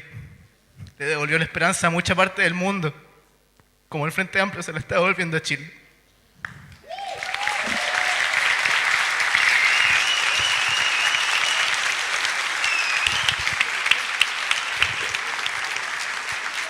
Sí, por acá, Valentina es mi nombre, y tengo una pregunta la que quiero intentar situar a propósito de la tarea de construir mito, ¿no? La tarea de construir mito requiere de poder interpretar la rabia y poder situar un horizonte de esperanza, que a veces ha sido nombrado como el momento de la impugnación y el momento de construir una nueva gobernabilidad, que entiendo que es una discusión que atraviesa todas las fuerzas transformadoras y que hoy día en particular en Chile atraviesa el Frente Amplio porque se agotó la tesis inicial, que es la tesis de emergencia, porque ya irrumpimos en el fondo, logramos entrar en la institucionalidad.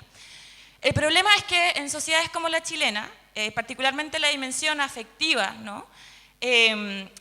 Cuando la relación entre lo social y lo político sigue fragmentada, porque hoy día sigue estando fragmentada en nuestro país, el mercado sigue procesando rabia, el mercado sigue procesando malestar, y por lo tanto hay esta separación tan clara entre el momento de impugnación y el momento de la esperanza, que en transformaciones específicas es más difusa. Entonces la pregunta es, ¿cómo en sociedades donde el mercado no solamente en el consumo de derechos sociales, sino que en el consumo de afectos, de propaganda, de redes sociales y de miedo, cómo poder articular el momento impugnatorio, que sigue siendo una necesidad política, y al mismo tiempo situar una esperanza que logre ordenar ese miedo? Porque donde están creciendo los fascismos hoy día, particularmente en América Latina, tiene que ver la capacidad del mercado para procesar ese terror, para procesar ese afecto. Eso. Gracias. Gracias.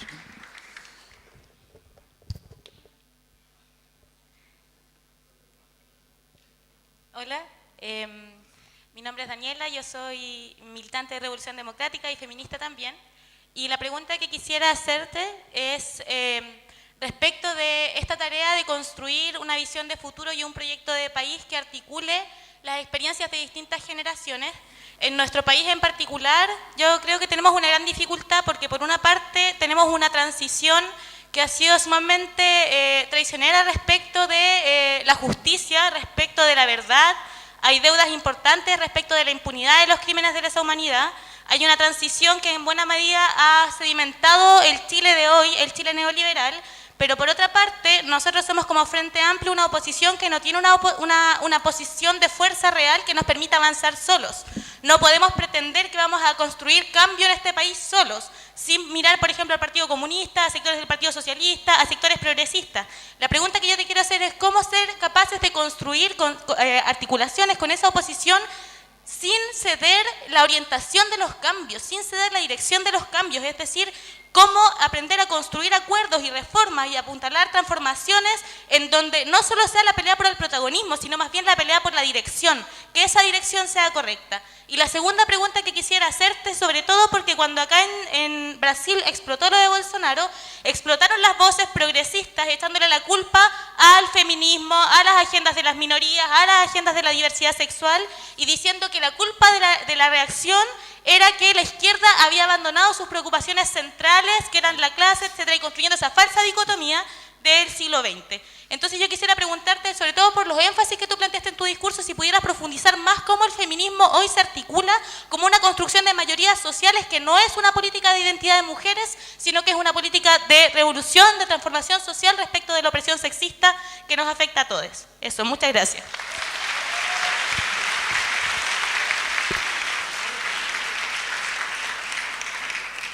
Íñigo, primero saludar a los compañeros y compañeras que organizaron este festival. Yo tuve la oportunidad de viajar a visitar a mi familia que vive en España y estuve en Móstoles. Pertenezco a una agrupación de Ecobarrio en Maipú, pero pertenecemos a una agrupación a nivel mundial que se llama Comunidad en Transición. Y en Móstoles, con los compañeros de Comunidad en Transición, fuimos a dar una charla a Podemos de esa comuna. ¿Ya? Y eso es importante. Yo creo que en cada comuna, en cada lugar, también consúltele, trabajemos, digamos, para ir aprendiendo con otras organizaciones. Yo creo que eso es un aprendizaje y es bueno. Lo otro, que echo de menos también en el discurso, cómo enfrentamos el tema del calentamiento global o el cambio climático. Hace una semana salió el nuevo informe de Naciones Unidas, que realmente es muy complicado, y eso como fuerzas de izquierda estamos trabajando desde la base y a nivel macro. Y lo último también es una petición, otros amigos que son de Guadalajara, en España, de una comunidad que se llama Fraguas. Ellos tomaron un pueblo que está en destrucción, y te pido apoyo a ellos, que en el mes de noviembre tienen que ir a la cárcel, digamos, porque están condenados por eso. Gracias.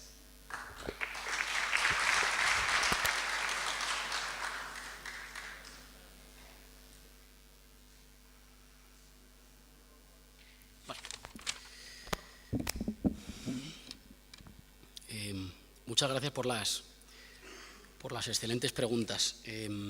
Al primer compañero que ha hablado, el agradecimiento es mutuo, porque la pelea cansa, y a veces en la pelea parece que estás solo, que estás metido solo en tu burbuja de tu país, que a la gente, a los militantes, a los compañeros y compañeras le entran y nos entran dudas. Créeme que en este tipo de encuentros la gente siempre, al que viene de fuera, le suele dar las gracias, pero por haberle cargado pilas o por haberle reforzado más la ilusión y la voluntad de militancia y de compromiso. Pero créame que es mutuo, que yo también me llevo mañana en el avión la mochila o la maleta cargada también de ganas para seguir peleando. Como decía antes, la militancia no siempre es fácil, no siempre es divertida y no siempre es agradable. Y estas cosas también cargan las pilas, también dan mucha más fuerza, pero no para mí, sino que cargan la fuerza para el conjunto de los compañeros y compañeras. Créeme que la foto de este auditorio, los comentarios, los vídeos, el tipo de recibimiento, le va a calentar el corazón y le va a ayudar a pelear a mucha gente que defiende Podemos en su barrio o en su pueblo en condiciones muy difíciles, y que se va a ilusionar cuando les digamos que hay mucha gente a la que nunca ha visto, pero que son sus hermanos y que están ahí, y que están peleando la misma lucha, y que les quieren dar un abrazo y que se sienten orgullosos de ellos como nosotros nos sentimos orgullosos de vosotros. Así que el agradecimiento es mutuo. Mi compañera Valentina preguntaba una pregunta sensacional y muy complicada. Claro, es más emocionante el momento de la destitución, el momento de irrupción, de la impugnación total, que el momento, digamos, si quieres, de la normalización institucional, ¿no? A nosotros, es posible que a vosotros haya pasado lo mismo, te critican por una cosa y por la contraria. Cuando no estás en las instituciones, quieres destruirlas. Y cuando ya entras, con la fuerza de los votos y del pueblo, te dicen, ya has entrado, ya eres como nosotros, ¿no? Que te regañan por una cosa y por la contraria a la vez. Y tienes razón, porque además vivimos en sociedades en las que la duración de los mitos, de las ilusiones o de los afectos, se mueve a ritmo de story de Instagram. Cada vez dura menos. Las novedades cada vez duran menos tiempo siendo nuevas. Y lo que ahora es nueva, una carrera política larga, o sea, lo que pasa es que la política en eso estaba muy desajustada con el funcionamiento del mercado. Digamos, el mercado promueve como la renovación permanente y la juventud extrema permanente, y al mismo tiempo en la política, creo que en eso también estamos hermanados Chile y España, vivimos políticas como muy viejas, en las que, no sé, Pablo acaba de cumplir 40 años y siguen diciendo que somos una fuerza política de gente muy joven, o sea, solo en un país muy gerontocrático. Un dirigente político de 40 años es como, eres extremadamente joven, ¿no? Una buena parte de nuestros mitos habían hecho cosas 100.000 veces superiores a las que hemos hecho nosotros con 23, 24 añitos. Pero es verdad que el mercado, claro, pasa la primera fase de irrupción, pasa la primera fase de la novedad.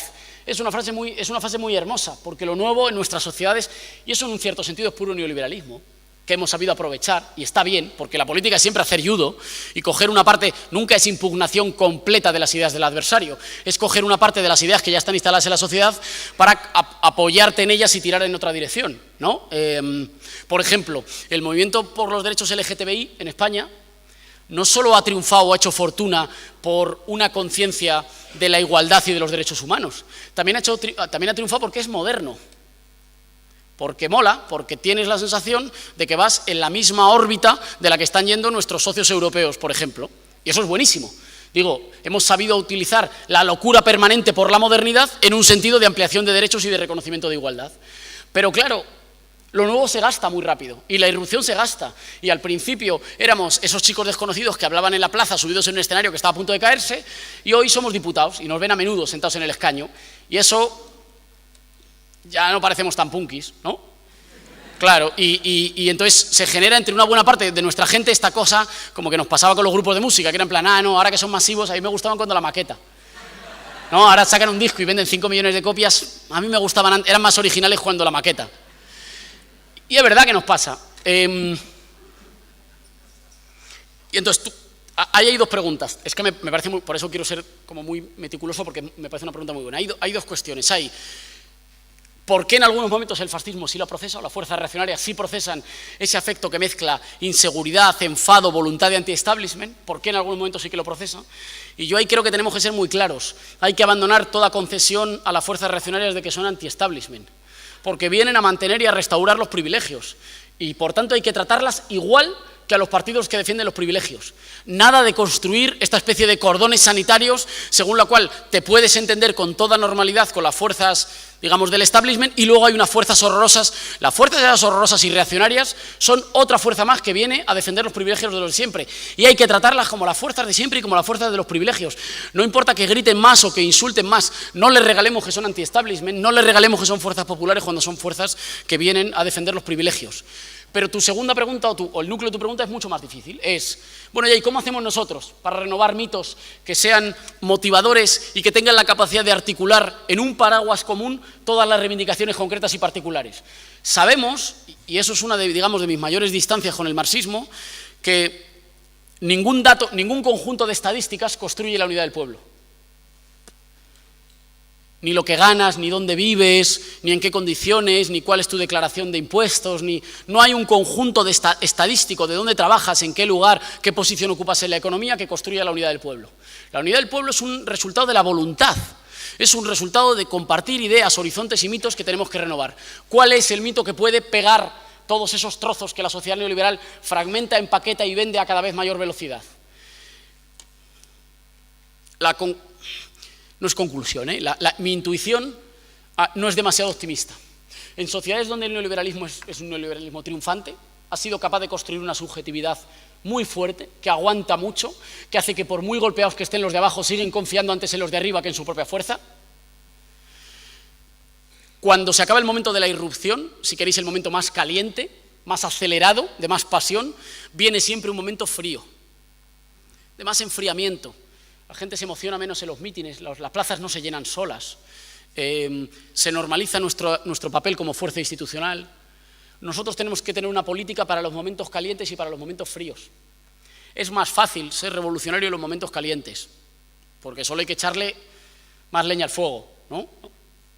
Y eso mola.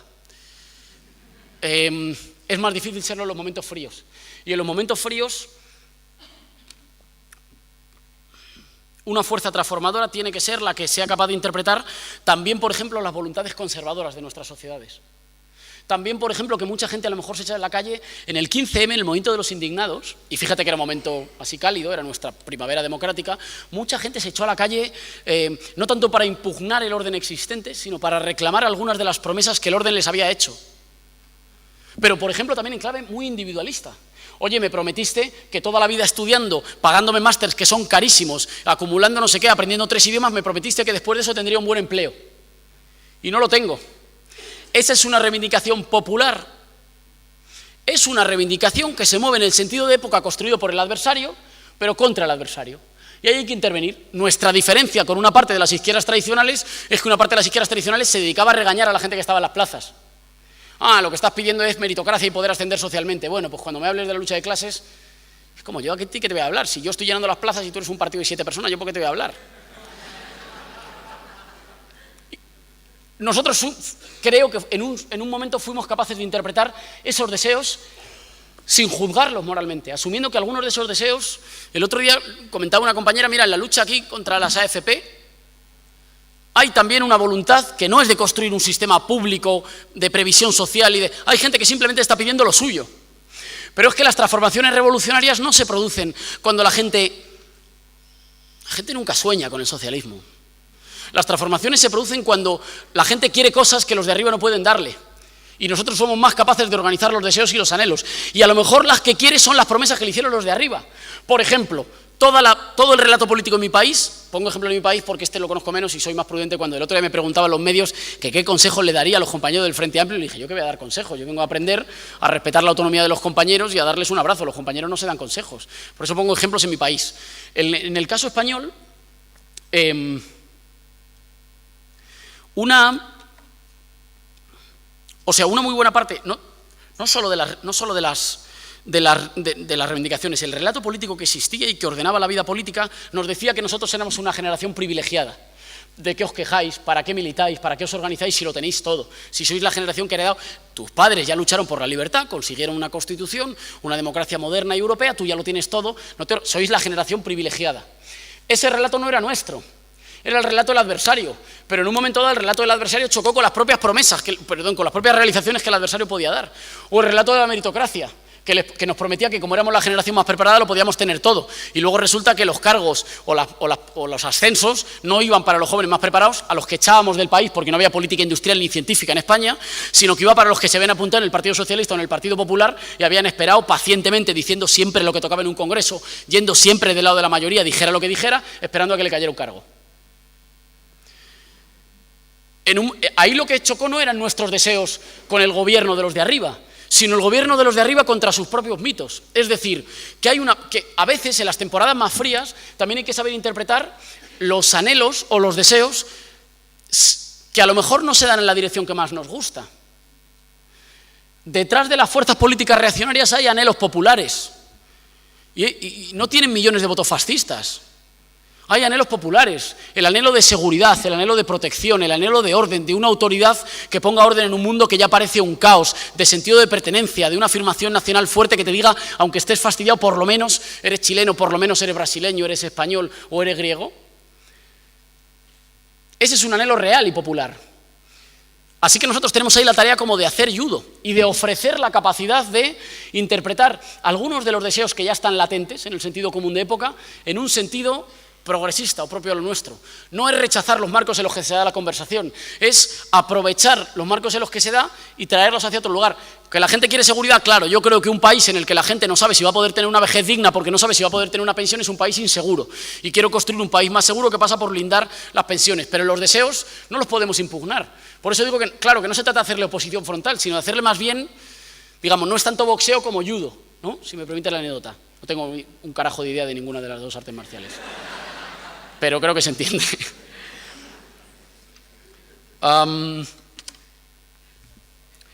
Preguntaba Daniela dos cosas muy complicadas. Por ahí estabas.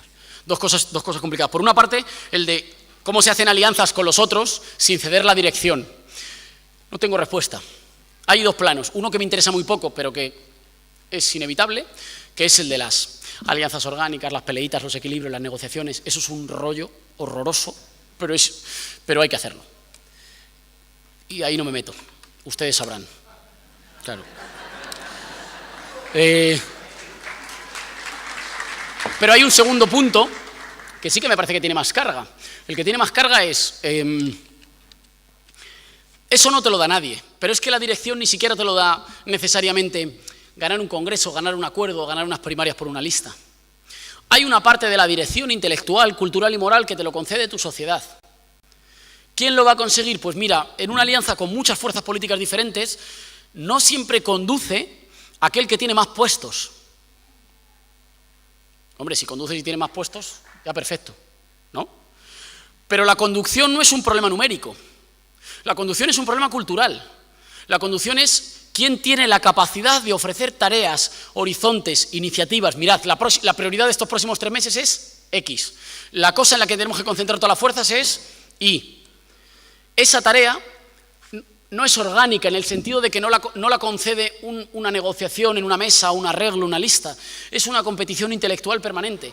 Y tenemos que acostumbrarnos entre fuerzas progresistas a conciliar la cooperación y la competencia. Lo he intentado llamar en España competición virtuosa, que no es un nombre así fácil de recordar. Se trata de que tenemos que sumar fuerzas para tener la capacidad, la fuerza efectiva de hacer las transformaciones, pero a la vez, dentro de los bloques que suman fuerzas, va a seguir habiendo competición intelectual. en pugna por hacia dónde hay que ir, y esa competición es sana, pero tenemos que inventar o descubrir una forma de librar esa competición intelectual que nos recuerde siempre que el enemigo está fuera, que somos compañeras y compañeros, que hacemos el camino juntos, y que a lo mejor yo creo que el de al lado está un poco equivocado y creo que mis ideas pueden contribuir un poco mejor a construir una mayoría popular nueva. Pero eso no le hace al otro un adversario ni un enemigo, le hace un compañero al que queremos, pero con el que hay competición intelectual. Sé que lo que voy a decir va a sonar ingenuo, pero intentemos construir una moral por la cual la militancia del cambio político valore más esa competición por las conferencias, por los mítines, por los artículos, por los libros o por el trabajo concreto en el día a día, que por las peleitas internas. Intentemos prestigiar más a los dirigentes que, por encima de tener la capacidad de ganar las batallitas dentro, tienen la capacidad de ganarlas fuera. Porque si no,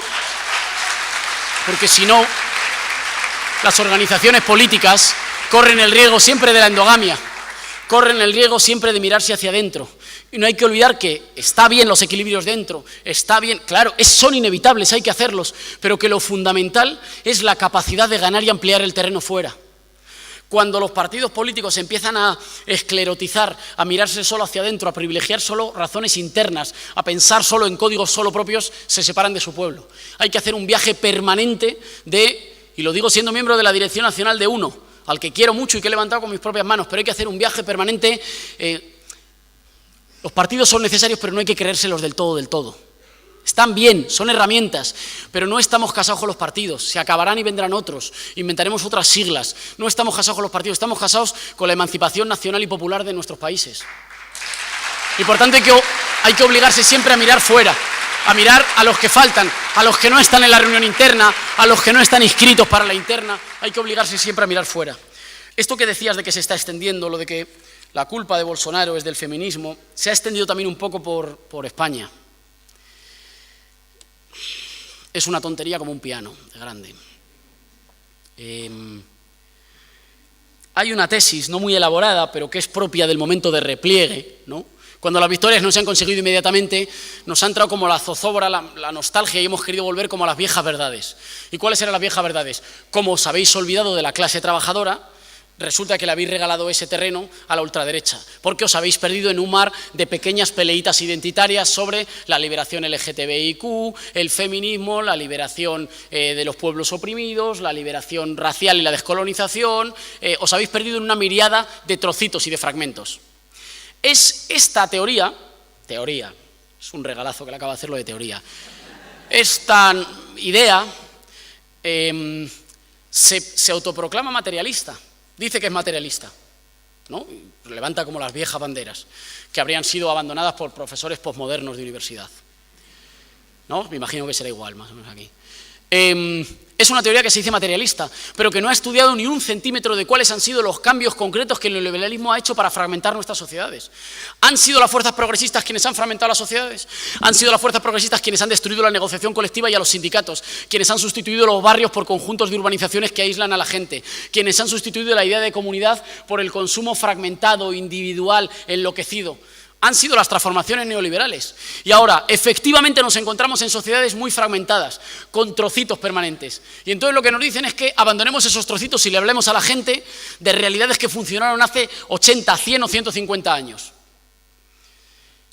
Para mí, que nuestras sociedades están fragmentadas no es un deseo, es el punto de partida. Claro que están fragmentadas.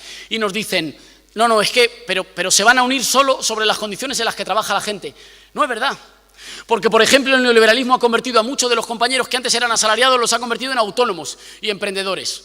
Y entonces de repente son compañeros que se pagan su propia seguridad social y que a veces votan o acuden a las urnas con mentalidad de que ellos en realidad son como pequeños empresarios. Y tú les puedes recitar 25.000 veces que en realidad tienen falsa conciencia y que lo que tendrían que hacer es tener conciencia de clase obrera. Y lo único que va a hacer es que te sigan mirando como un extraterrestre. En ningún caso, ni siquiera en las revoluciones que más admiran, se han construido sobre la centralidad de la clase. No es verdad. Fue en los lugares en los que, como decía ese señor calvo y bajito de un país donde hacía mucho frío, la causa del pueblo se convirtió en la causa de la nación. Cuando fueron capaces de aunar en torno a una esperanza de un país nuevo, las esperanzas de la mayoría de los sectores populares, que siempre son diversos, que siempre son heterogéneos, que siempre están fragmentados, y no los vamos a unir con una hoja de Excel. No los vas a unir recitándoles, mira, si tienes entre este tramo de renta y este tramo de renta, eres clase. Porque tú eres aquello que te hace soñar, aquello que te motiva, aquello que te emociona, aquello en lo que crees. Y si tienes un tramo de renta muy bajo, pero sueñas como los privilegiados, ves el mundo como los privilegiados, piensas con sus palabras y con sus esquemas, vas a votar por los privilegiados, por mucho que alguien desde Twitter te dé lecciones y te diga que no tienes conciencia de clase. Eso al señor de Twitter le arreglará la conciencia, se quedará a gusto, pero no cambia la correlación de mayorías, no construye mayoría popular para los desposeídos, para los de abajo, para la inmensa mayoría de nuestra gente. Esas solo se construyen partiendo de la relación hoy realmente existente. Y la relación realmente existente es que efectivamente existen muchos dolores, muchas demandas y muchas reivindicaciones y que no todas ellas se pueden reducir a una tabla de Excel con respecto al lugar que ocupas en el proceso productivo. Y además, en términos empíricos, es drásticamente falso. La mayor oposición que recibió la ultraderecha en Austria a punto de ganar las elecciones fue el movimiento feminista. Y le lastró el resultado mucho más fuerte que podría haber sacado gracias a la inmensa oposición del movimiento feminista. En mi país, el movimiento que hoy más ha hecho por recuperar la calle, por recuperar la discusión, la cooperación, los afectos, la idea de lo colectivo, de juntarnos, ha sido drásticamente el movimiento feminista. No se me puede ocurrir qué idea de estrategia tiene alguien que nos pide que renunciemos al campo en el que vamos más a la ofensiva para ganar. Te dice, para ganar renuncia a aquel campo en el que somos más fuertes. Es exactamente al revés, ¿no? Allí donde vamos más a la ofensiva, allí donde incluso nuestros adversarios tienen que asumir nuestras ideas, resulta que hay algunos, digamos, como de la vieja izquierda, enfadados, que nos dicen, renunciad a ello. Pero ¿cómo vamos a renunciar al campo en el que vamos ganando? Con lo que nos cuesta a nosotros ganar, y en un campo en el que vamos a la ofensiva, en el que el trabajo paciente de millones de mujeres en todo el mundo está empezando a producir una revolución cultural feminista en nuestro planeta. ¿Cómo vamos a renunciar? Ahora bien, es verdad que las transformaciones feministas están propiciando a veces movimientos de péndulo machistas, violentos y agresivos. También es verdad. No hay movimiento revolucionario sin contrarrevolución. Y ahí tengo la sensación, pero lo digo con mucho cuidado y con mucho respeto, que el movimiento feminista tiene que tener una estrategia para el 99%. Y que el movimiento feminista se tiene que hacer cargo también, no porque le guste ni porque las acepte, sino para desactivarlas e integrarlas a las transformaciones en marcha, de las angustias, de los rechazos y del sentimiento a veces reaccionario que se está despertando en una especie de nuevo tipo de masculinidad ofendida. No para darle la razón, sino para evitar que te consoliden enfrente a otro bloque del 50%. El movimiento feminista no está proponiendo, no es solo un movimiento por la igualdad de derechos entre mujeres y hombres, está proponiendo una forma diferente de relacionarnos con el planeta, entre nosotros, de trabajar, de consumir, de producir. Y eso incluye también a los hombres, no en puesto de vanguardia, pero nosotros siempre hemos estado en puesto de vanguardia. No en puesto de vanguardia, es verdad que nos dice, cállate un poco, escucha, ponte detrás, me parece bien que me acompañes, pero no me digas lo que tengo que hacer, que me lo llevo diciendo todo el tiempo. Y no está mal, nos da como una buena cura de humildad, pero no propone una cosa solo para un 50% de la población, propone una transformación democrática, radical y para poner los cuidados en el centro para el conjunto de nuestras sociedades. Y hay que hacer un trabajo para desactivar, rearticular e integrar una parte de los sentimientos reaccionarios o de rechazo o de neomachismo que está instalando en una parte de la población. Ahora bien, es profundamente injusto acusar a un movimiento emancipador y democrático de que por emanciparse, por levantarse, por alzar la voz está despertando monstruos. ¿No? Sería tanto como haber acusado al movimiento obrero de haber despertado al fascismo. Si es que si no hubierais hecho huelgas, si no hubierais conquistado más derechos, pues es que los patrones no habrían tenido la necesidad de fundar estados terroristas. Es que la que habéis liado. ¿No? Pues es que es al revés.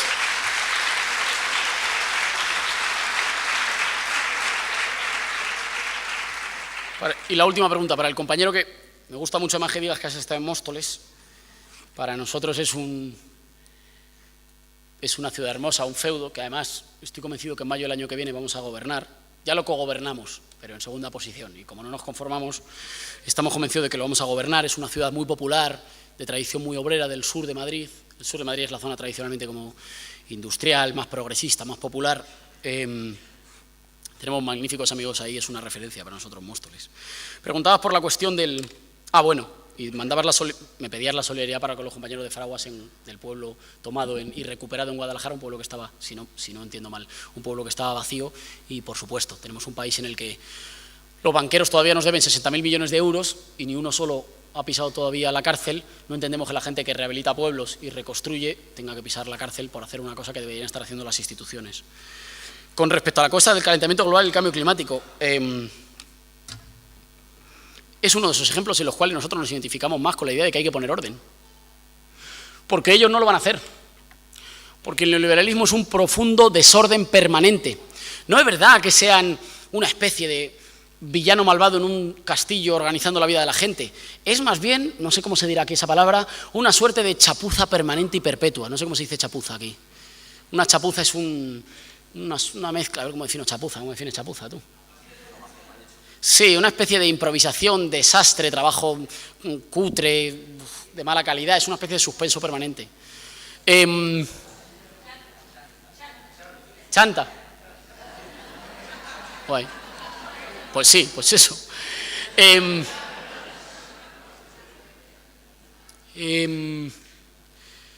neoliberalismo es un profundo desorden permanente y además una permanente celebración del cortoplacismo. Y hay temas, por ejemplo, la destrucción del planeta, que el cortoplacismo no sirve. No sirve. Es simplemente mentira que si no instauramos reglas que a la competición por hacer más dinero a cualquier precio de los de arriba le pueda oponer una necesidad de planificación para un desarrollo sostenible en nuestro mundo, si no hacemos eso, es imposible la supervivencia de la especie en el planeta. Es llanamente imposible. Así que tenemos que sustituir la depredación permanente, el sálvese quien pueda, el despotismo del corto plazo y del inmediatismo, por una planificación democrática y ecológicamente sostenible de nuestras economías. ¿Lo van a hacer ellos? No.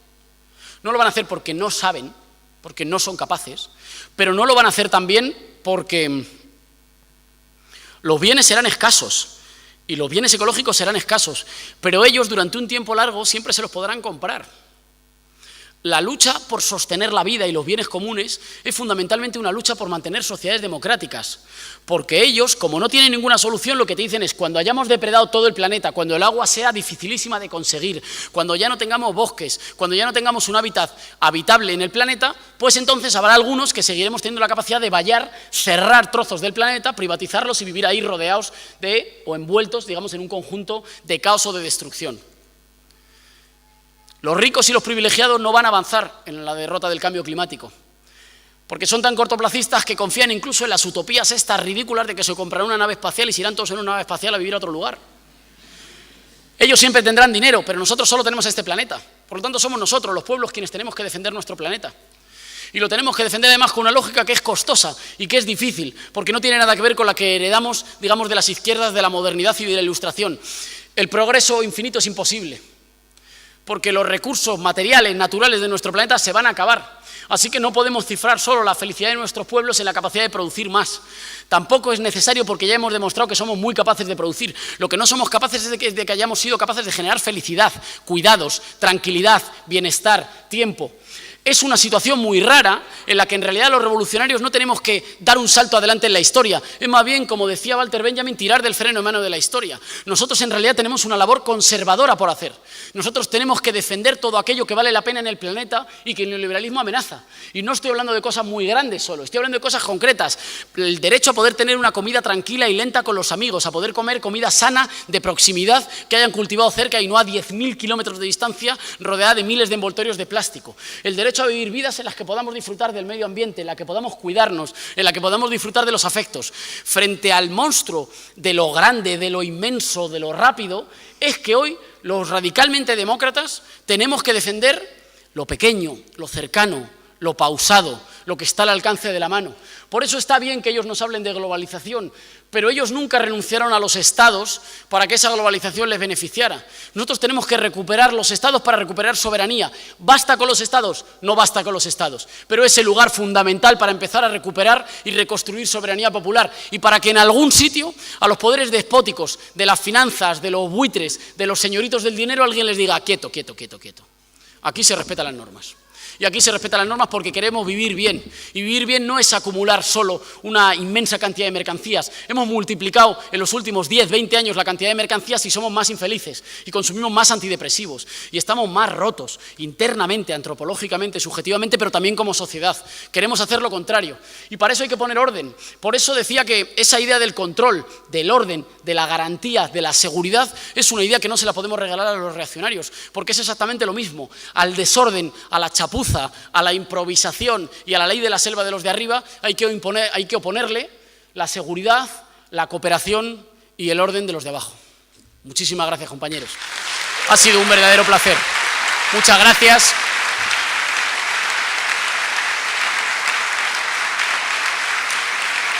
Muchísimas gracias. Me llevo el abrazo para las compañeras y los compañeros de Podemos en España.